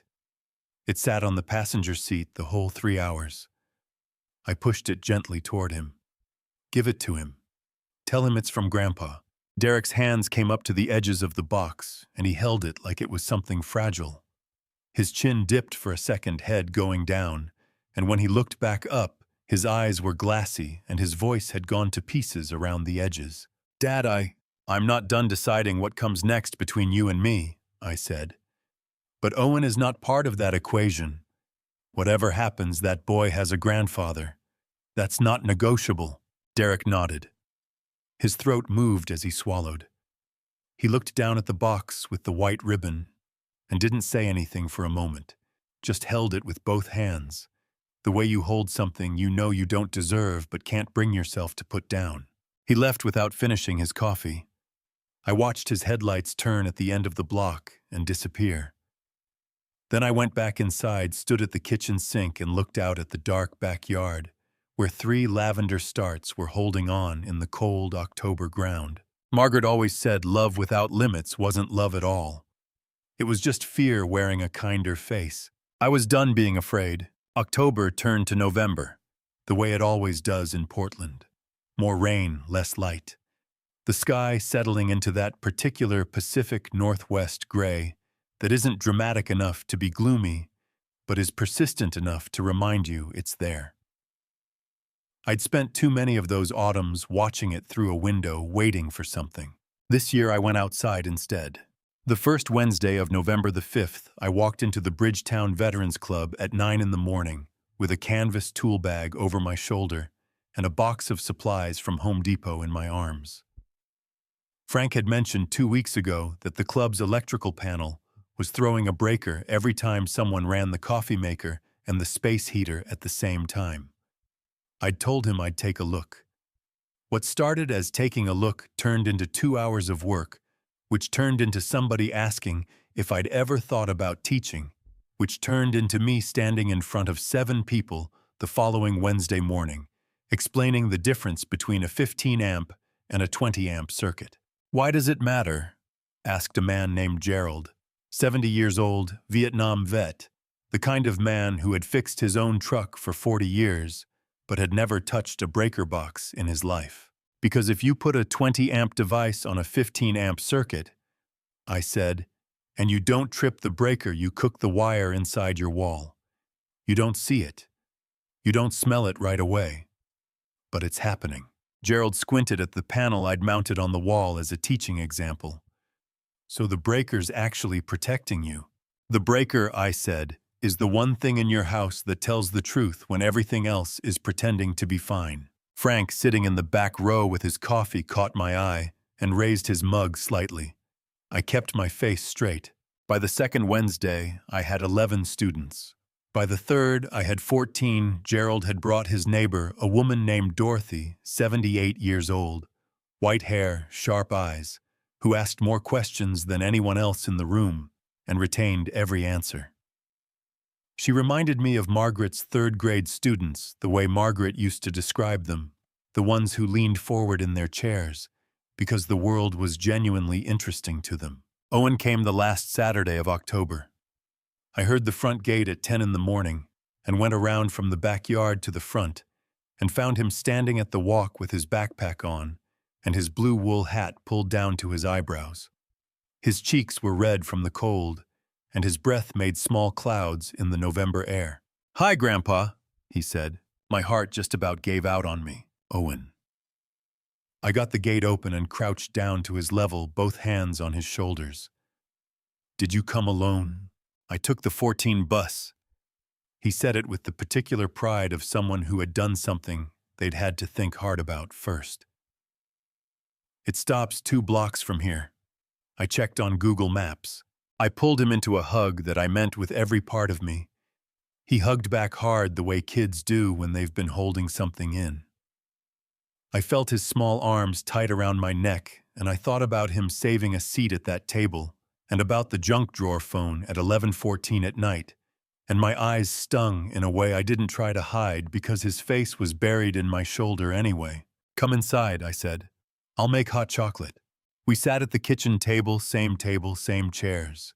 The kitchen smelling like cinnamon, the way it always had, because Margaret put it in everything, and I'd never stopped the habit. Owen wrapped both hands around his mug the same way I wrap mine, and I thought about Margaret saying something once about how you could tell who people learned from by watching the small things. "Dad said you and him are having a disagreement," Owen said. "That's one way to put it," I said. "Are you going to make up?" I looked at my grandson across the kitchen table. 8 years old, red-cheeked, hot chocolate mustache forming on his upper lip. The most honest person in any room he walked into, just by virtue of not having learned yet how to be anything else. "I don't know yet," I said. "But that's between your dad and me. It has nothing to do with you and me. You understand that?" Owen nodded seriously. "Dad gave me the robot Lego," he said. "He said it was from you." It was. It's the one I wanted. He looked up at me with those wide eyes. "How did you know?"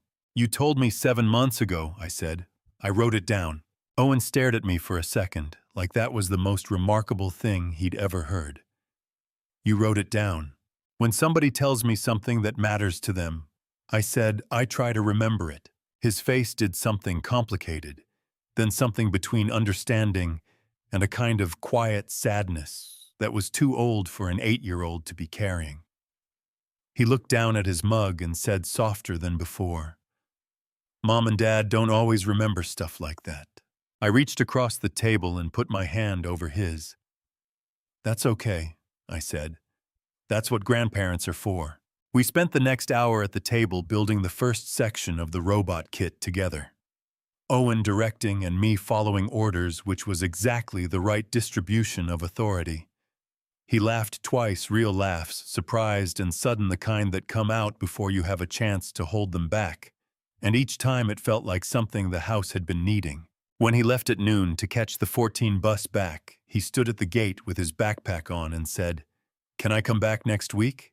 "Every week," I said. Standing invitation. He grinned that enormous, uncomplicated grin that was all his own nothing borrowed from either parent, and headed down the sidewalk toward the bus stop. I stood at the gate until he turned the corner. Then I went back inside and stood in the kitchen for a moment, looking at the 2 hot chocolate mugs still on the table.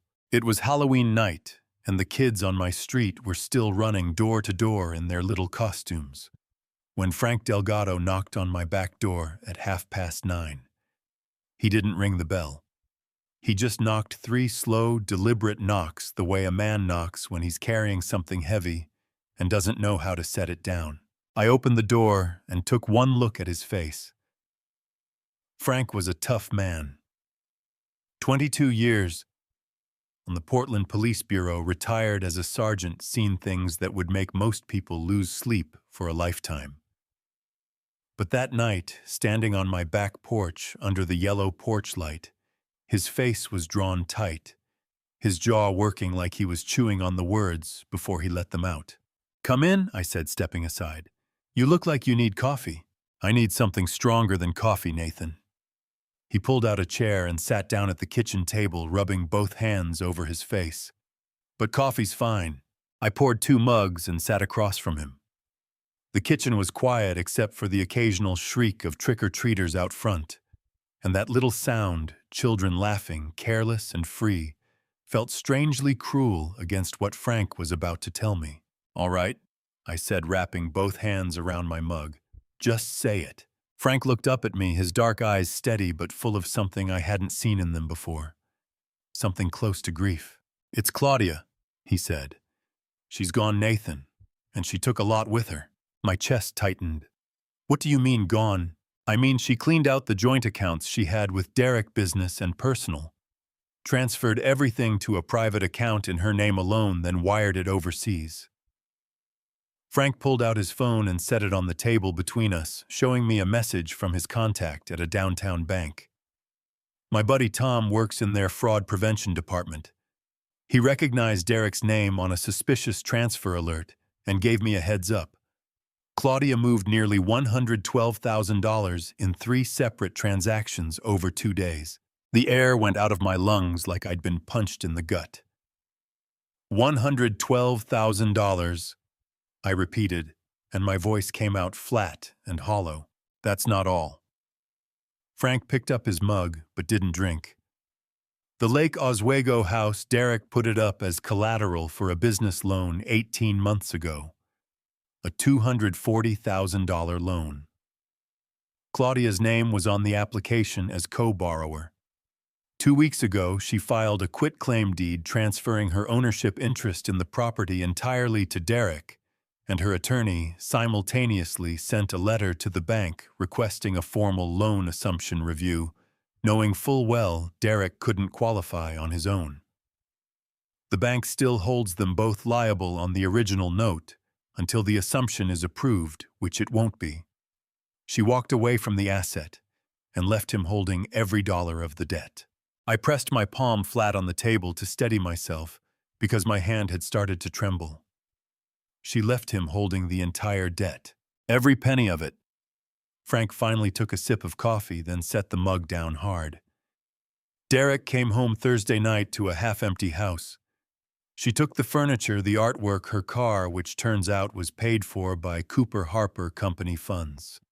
She left him a note on the kitchen counter. 3 sentences. Said the marriage wasn't working, she was moving on, and that her attorney would be in touch about the divorce. I pressed my knuckles against my mouth because I could feel the tears threatening to rise, and not the kind you'd expect. Not sadness for Claudia. Grief, a bone-deep, exhausted grief for my son. For the boy who had chosen wrong at every turn, who had let that woman and her family walk him away from his father, and who was now standing alone in a half-empty house with a $240,000 debt and a 3-sentence goodbye. "Where is Derek now?" My voice cracked on the last word. "His neighbor saw him sitting in the driveway at midnight," Frank said. "Just sitting there in his car.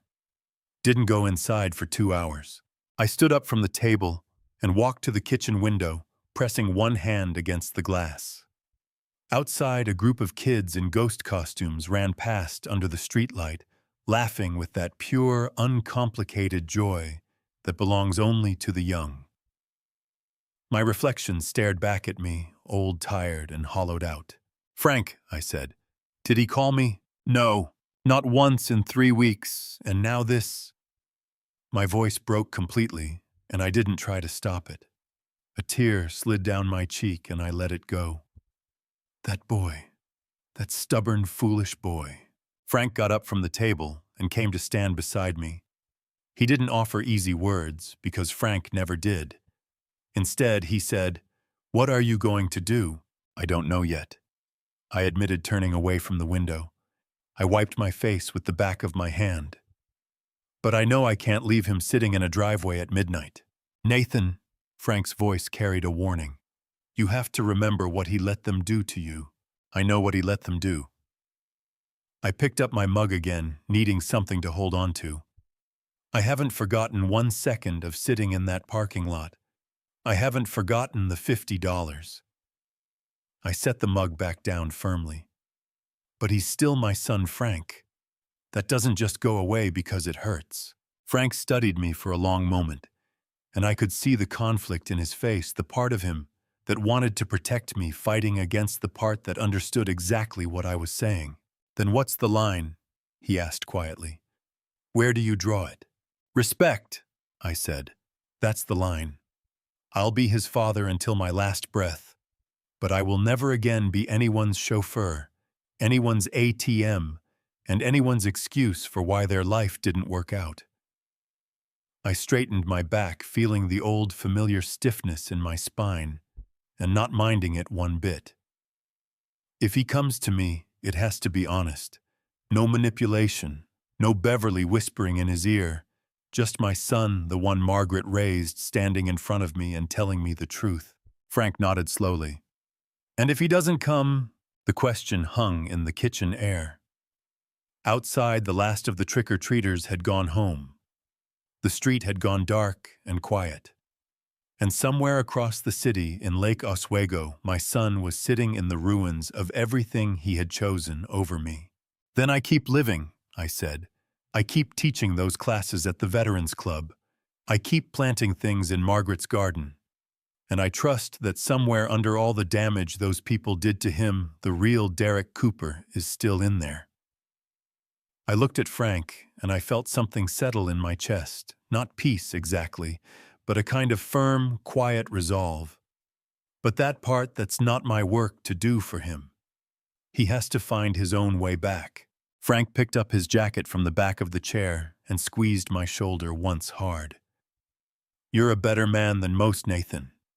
You know that." I managed something close to a tired smile. "Margaret always said I was too stubborn to be anything else." After Frank left, I washed both mugs, dried them, and set them back on the shelf. Then I turned off the kitchen light and stood for just a moment in the dark, letting the quiet settle around me. I thought about Derek. I thought about Owen. I thought about the long months ahead. I thought he'll come. Not yet, but he'll come. And when he did, I would be ready. 4 days after Frank told me what Claudia had done, I was out on the front porch with my coffee at 7:15 in the morning, watching the November fog roll in off the Willamette, the way it always does this time of year, slow and gray and heavy, like the sky itself had grown tired. The lavender I'd planted in late October had taken root, and the 3 small clumps were holding steady against the cold, which gave me more satisfaction than I probably should have admitted. I heard the car before I saw it, the low rumble of a familiar engine, then the squeak of old brakes that had needed replacing for months. I set my coffee mug on the porch railing. Derek's gray sedan pulled up to the curb and sat there for a full minute before the door opened. When my son finally stepped out, I barely recognized him.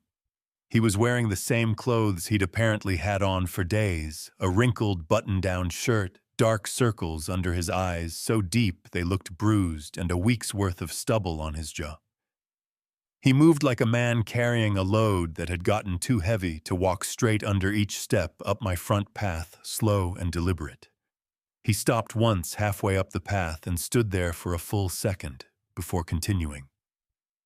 I watched him from the porch and said nothing. He stopped at the bottom of the porch steps and looked up at me. His eyes were red and swollen, and I could see his lower lip trembling even from where I stood. "Dad," he said. And that one word, just that one word, cracked something open in the middle of my chest that I had spent 3 weeks carefully patching shut. I didn't move toward him yet. I gripped the porch railing and held my ground, because I had promised myself I would hear him first. Really hear him without rushing to fix it. "Derek," I said carefully, "come up here." He climbed the 2 porch steps and stood in front of me, and up close he looked even worse, like a man who hadn't truly slept or eaten properly in days. His hands were shaking, not the fine tremor of cold, but the full, uncontrolled shaking of a person whose nervous system had given up pretending everything was fine. "I didn't know where else to go," he said, and his voice broke on the last word. "I've been sitting in that house for 4 days, and I couldn't stop thinking about everything. About you, about what I let happen. About—" He pressed the heel of his hand against his eye, trying to hold it together, but his face crumpled anyway, and he let out a sound that I can only describe as the sound of a grown man finally breaking in a way he'd been refusing to break for a very long time. He was crying. Not politely, not quietly. He was sobbing right there on my front porch in the November fog. His shoulders heaving, one hand pressed over his mouth, like he was trying to hold the sounds in and failing completely. I let go of the railing and stepped toward him, and I put my arms around my son. He was taller than me by an inch and had at least 40 pounds on me, but when I pulled him in, he folded like a child, bent his head down to my shoulder, and cried like he hadn't cried since he was 8 years old, and fell off his bike on Morrison Street and broke his wrist. I didn't say anything because there were no words for this moment. I just held on, feeling his whole body shaking against mine, and I told myself very firmly that I would not cry too, and I managed it barely by staring hard at the 3 lavender plants in the front bed and counting their leaves. After a while, the heaving slowed. Derek pulled back and dragged both hands down his wet face, looking mortified and exhausted and young in a way he hadn't looked in years. "I'm sorry," he said, his voice raw and thick. "Dad, I'm so sorry. Not just for this, for all of it. For the restaurant. For the $50. For every single time I let them treat you like you didn't matter, and I just—" He swallowed hard. "I just stood there." I guided him to the porch chairs and made him sit down. Then I sat across from him and leaned forward, elbows on my knees, and looked at my son directly. "Tell me everything," I said, "from the beginning, and don't skip the parts that make you look bad." Derek took a shaky breath, and then he talked. He talked for nearly an hour, sitting on my front porch, with the fog thickening around us, and the neighborhood slowly waking up. He told me about how Beverly had been the one who pushed Claudia into the idea of the dinner at the Capitol Grill. It was supposed to be a soft launch for a plan to get Nathan to transfer assets into the Cooper Harper consulting structure. He told me how Claudia had positioned it as a family celebration, and how he had told himself it was harmless, that I'd enjoy the outing, that he could manage everyone. He told me he hadn't known about the seating arrangement until they were already inside, and that when Justin Beverly's contact, the restaurant manager, told him there were only 4 confirmed seats, Derek had felt sick, but hadn't spoken up because Beverly was right there, her hand on his arm, squeezing. "She squeezed my arm," Derek said, his voice bitter and ashamed, "and I shut my mouth, like I was 12 years old, and she was telling me to behave." He pressed his fist against his knee. "My own father was sitting in a parking lot for 3 hours in the dark, and I was eating a $40 steak and letting a woman who had no blood connection to you decide that you weren't worth a seat at the table." I felt my jaw tighten. My heart was doing something complicated, aching and burning at the same time. "And the $50, Derek's face contracted with visible pain. That was Claudia. She pulled the bills out of her purse before I could say anything, and He stopped and shook his head. No, I'm not blaming her. I had 2 seconds to say, put that away. I didn't. That's on me. He pulled something out of his shirt pocket and set it on the table between us. A folded envelope. Open it, he said quietly. I picked it up. Inside were $50, 2 20s, and a 10 and a single index card with Derek's handwriting on it. This was never okay. I was wrong. I'm sorry, Dad. My throat closed up so fast I couldn't speak for a moment. I folded the card back into the envelope and held it in both hands, pressing it flat between my palms, like I was trying to feel the weight of what it cost him to write those words. Derek. I finally managed my voice unsteady. This doesn't fix everything, I know. He met my eyes, and for the first time in years, I saw my son in them, not the carefully managed version he'd shown the world, but the real one. The one who used to follow me around the garage asking questions about circuit breakers. But I'm not asking you to fix it tonight. I'm asking if I can start. I looked at him for a long time. The fog had begun to lift just slightly at the edges. You can start, I said at last, and for the first time in months, the tightness in my chest loosened just enough to let me breathe.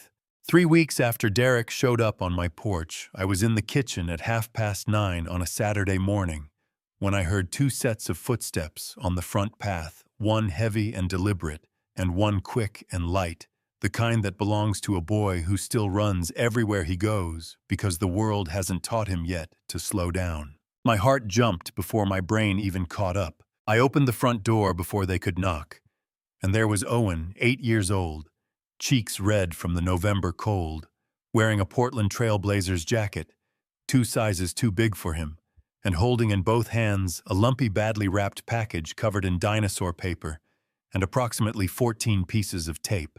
Grandpa? He launched himself up the front steps and crashed into my stomach, with both arms squeezing so hard I let out an involuntary grunt and grabbed the doorframe to keep my balance. The laugh that came out of me was raw and sudden and completely unplanned, the kind of laugh that breaks out of you before you can decide whether you're ready to feel that good. Easy, buddy. I managed wrapping my arms around him and pressing my face into the top of his head. He smelled like maple syrup and cold air. My eyes went hot, and I blinked hard, refusing to let the tears fall in front of him. You're going to knock an old man down. You're not old, Owen said into my coat, absolutely certain about it. You're 72. Mrs. Patterson next door is 81 and she runs 5Ks. I heard Derek's voice from the bottom of the steps, rough with something he was clearly working to keep under control. Owen, let your grandfather breathe. He's fine, I said firmly, meeting Derek's eyes over Owen's head. He's perfectly fine. Derek stood on the front path with his hands in his jacket pockets, shoulders slightly hunched, the way he always carried himself, when he was uncertain, a habit I recognized from when he was 15 and had broken a window in the garage and didn't know how to tell me. He looked better than he had 3 weeks ago. He'd shaved, slept, and put on a clean jacket. But his eyes still carried the weight of everything that had happened, and I suspected they would for a good while yet. Come inside, I said. Both of you, I just made a full pot. We settled at the kitchen table, Owen immediately commandeering the chair with the best view of the backyard, pointing out that my lavender had gotten bigger and asking if we could plant something else. Derek sat across from me and wrapped both hands around his coffee mug, the way I do. And for a moment, looking at him, I felt something twist painfully in my chest, because he looked exactly like me at 44, and I hadn't let myself notice that in years. Grandpa! Owen pushed the dinosaur package across the table with great ceremony. This is for you. I made part of it myself. Dad helped with the hard part. I pulled at the tape, all 14 pieces of it, while Owen watched with barely contained excitement, bouncing one knee under the table and gripping the edge with both hands. Inside the wrapping was a small wooden picture frame, clearly handmade, painted an uneven but enthusiastic navy blue. Inside the frame was a photograph I hadn't seen in years, me and Margaret at Cannon Beach. The summer of 2019, both of us laughing at something off camera, the Pacific Ocean blazing silver behind us. My throat closed completely. "Owen," I said, and my voice came out barely above a whisper. "Where did you find this?" "Dad had it," Owen said, leaning forward earnestly.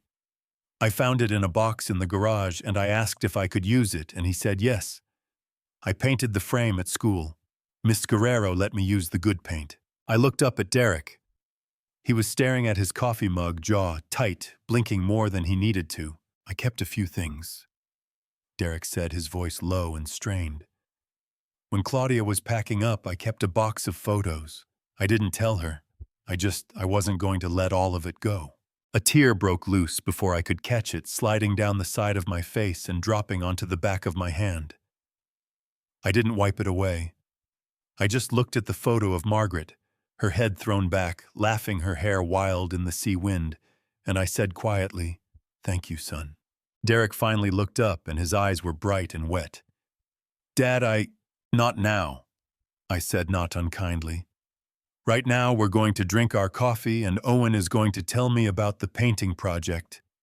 And then I'm going to show him the lavender. We can talk later." I set the frame carefully on the kitchen counter where I could see it. "But this..." I touched the edge of the navy blue wood. "This is the best gift I've gotten in a long time." Owen beamed so wide his whole face crinkled up, and he immediately launched into a detailed explanation of the specific shade of blue and why he had chosen it navy, because it was the color of Grandpa's blazer at the restaurant that night. Though he said it the way an 8-year-old says it, not knowing the weight those words carried. Derek's face contracted sharply when Owen said that. He pressed his lips together hard and looked away toward the window, and I saw his Adam's apple move as he swallowed. I reached across the table and gripped my son's forearm once firmly, and then let go. There was a long road still ahead of us, but we were at last walking the same direction. By the second Saturday of December, Portland had committed to winter, the way it always does not, with drama or heavy snow, but with a steady, pewter-gray cold that settles into your bones and makes everything feel quieter, older, and somehow more honest. The lavender in the front bed had gone dormant, pulling all its energy down into the roots to wait out the dark months. I understood that more than I probably should have. I was turning the last garden bed with a hand fork at 9 in the morning when Frank Delgado came around the side gate. No knock, no call ahead, just the familiar squeak of the latch and the sound of his boots on the stone path. "You're out here early," he said, pulling his jacket collar up against the cold. "Couldn't sleep past 7. I kept working. You want coffee? Already had 3 cups.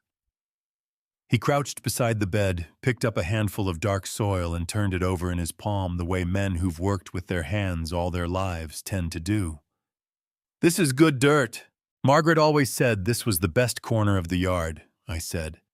"Full morning sun sheltered from the east wind. She grew tomatoes here every summer without fail." "You going to plant again in spring?" "Tomatoes.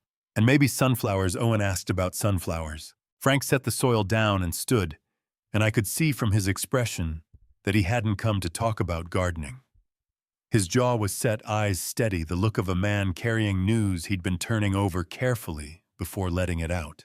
"Martin called me," he said, "about the demand letter to Richard." I set the hand fork down, and Richard Harper settled, paid the full $24,200 principal plus Oregon statutory interest wired directly to Martin's trust account, received Thursday. Frank's mouth curved into something just short of a smile. Apparently Beverly was not happy. Martin said Richard's exact words were, "I'd rather pay the old man than explain this in a Multnomah County courtroom." Something warm moved through my chest, not triumph, but a solid, quiet satisfaction. Like setting down a load you've been carrying longer than you realized. "Good," I said simply. "There's more." Frank crossed his arms. The co-guarantor withdrawal on the First National loan went through, confirmed in writing, delivered to Martin's office Wednesday, and the Cooper Harper equity sale closed Friday. $85,000 cleared into your account. I straightened up and looked at my backyard, the turned beds, the dormant lavender, Margaret's corner waiting for spring, and breathed out slowly, watching the vapor dissolve into the December air. That's done then, I said. All of it. Frank studied me. How do you feel? I turned the hand fork over in my hands. Like a man who finally finished a job that went on too long. Not angry. Not satisfied the way people expect. I looked at him. Just finished. That's probably the healthiest thing you could have said. Frank replied, his voice quiet with something close to admiration. We were still standing there when the back gate opened a second time. Derek stepped into the yard carrying 2 cups from the coffee cart on Division Street. He'd learned years ago that showing up with something in his hands was better than showing up empty. Behind him, Owen came charging through in rubber boots, making straight for the garden beds, with the unstoppable energy of a boy who'd been cooped up in a car for 20 minutes. Don't stomp on the lavender, I called. I'm not stomping, I'm inspecting, Owen declared, crouching beside the dormant plants with tremendous seriousness. Derek handed me a cup and nodded to Frank. Morning. Morning. Frank clapped Derek once on the shoulder, the way men who don't say much communicate what matters, then said, I'll leave you to it. Nathan, I'll see you Tuesday at the Veterans Club. Tuesday, I confirmed. After Frank left, Derek and I stood side by side watching Owen conduct his self-directed inspection tour. We drank our coffee, and the quiet between us was the right kind, not the hollow, painful quiet of men who've run out of things to say, but the full, breathing quiet of men slowly finding their way back to the same ground. Dad, Derek said, eyes still on Owen. I'm going back to work next week. Project management, independent contractor. Small firm downtown, but it's a start. He paused. I found an apartment in Northeast, close to Owen's school and close to you. My throat tightened. I'd like that, I said. Derek reached into his jacket and held out a $50 bill, crisp, folded, once no envelope. Just the bill in his open hand. Not as repayment, he said, his voice rough. Just so that every time you think about that parking lot, there's something that comes after it. Something that means I know what I did wrong. I took it, folded it, and pressed it into my shirt pocket next to my heart, where I keep the things that matter. We're not even, I said quietly. Not everything gets fixed with money or sorry. I know, Derek said, and his voice broke on the second word. But we're moving, I said. That's what counts. Owen spun around, muddy boots, and all with the urgent expression of someone who has just remembered something critically important. Grandpa, are we still planting sunflowers in spring?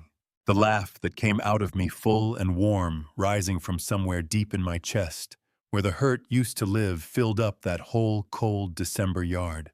Yeah, buddy, I said, my voice thick with everything I didn't need to name. We're planting sunflowers. I'm 72 years old, and I've learned something I wish I hadn't needed to learn the hard way. You can love someone completely and still lose yourself in the process if you let them. I let it happen for too long. I told myself it was patience. It wasn't patience. It was fear dressed up in a father's coat. If there's one thing I want you to take from this family story, it's this: dignity is not something anyone can give you back once you've handed it away. Guard it.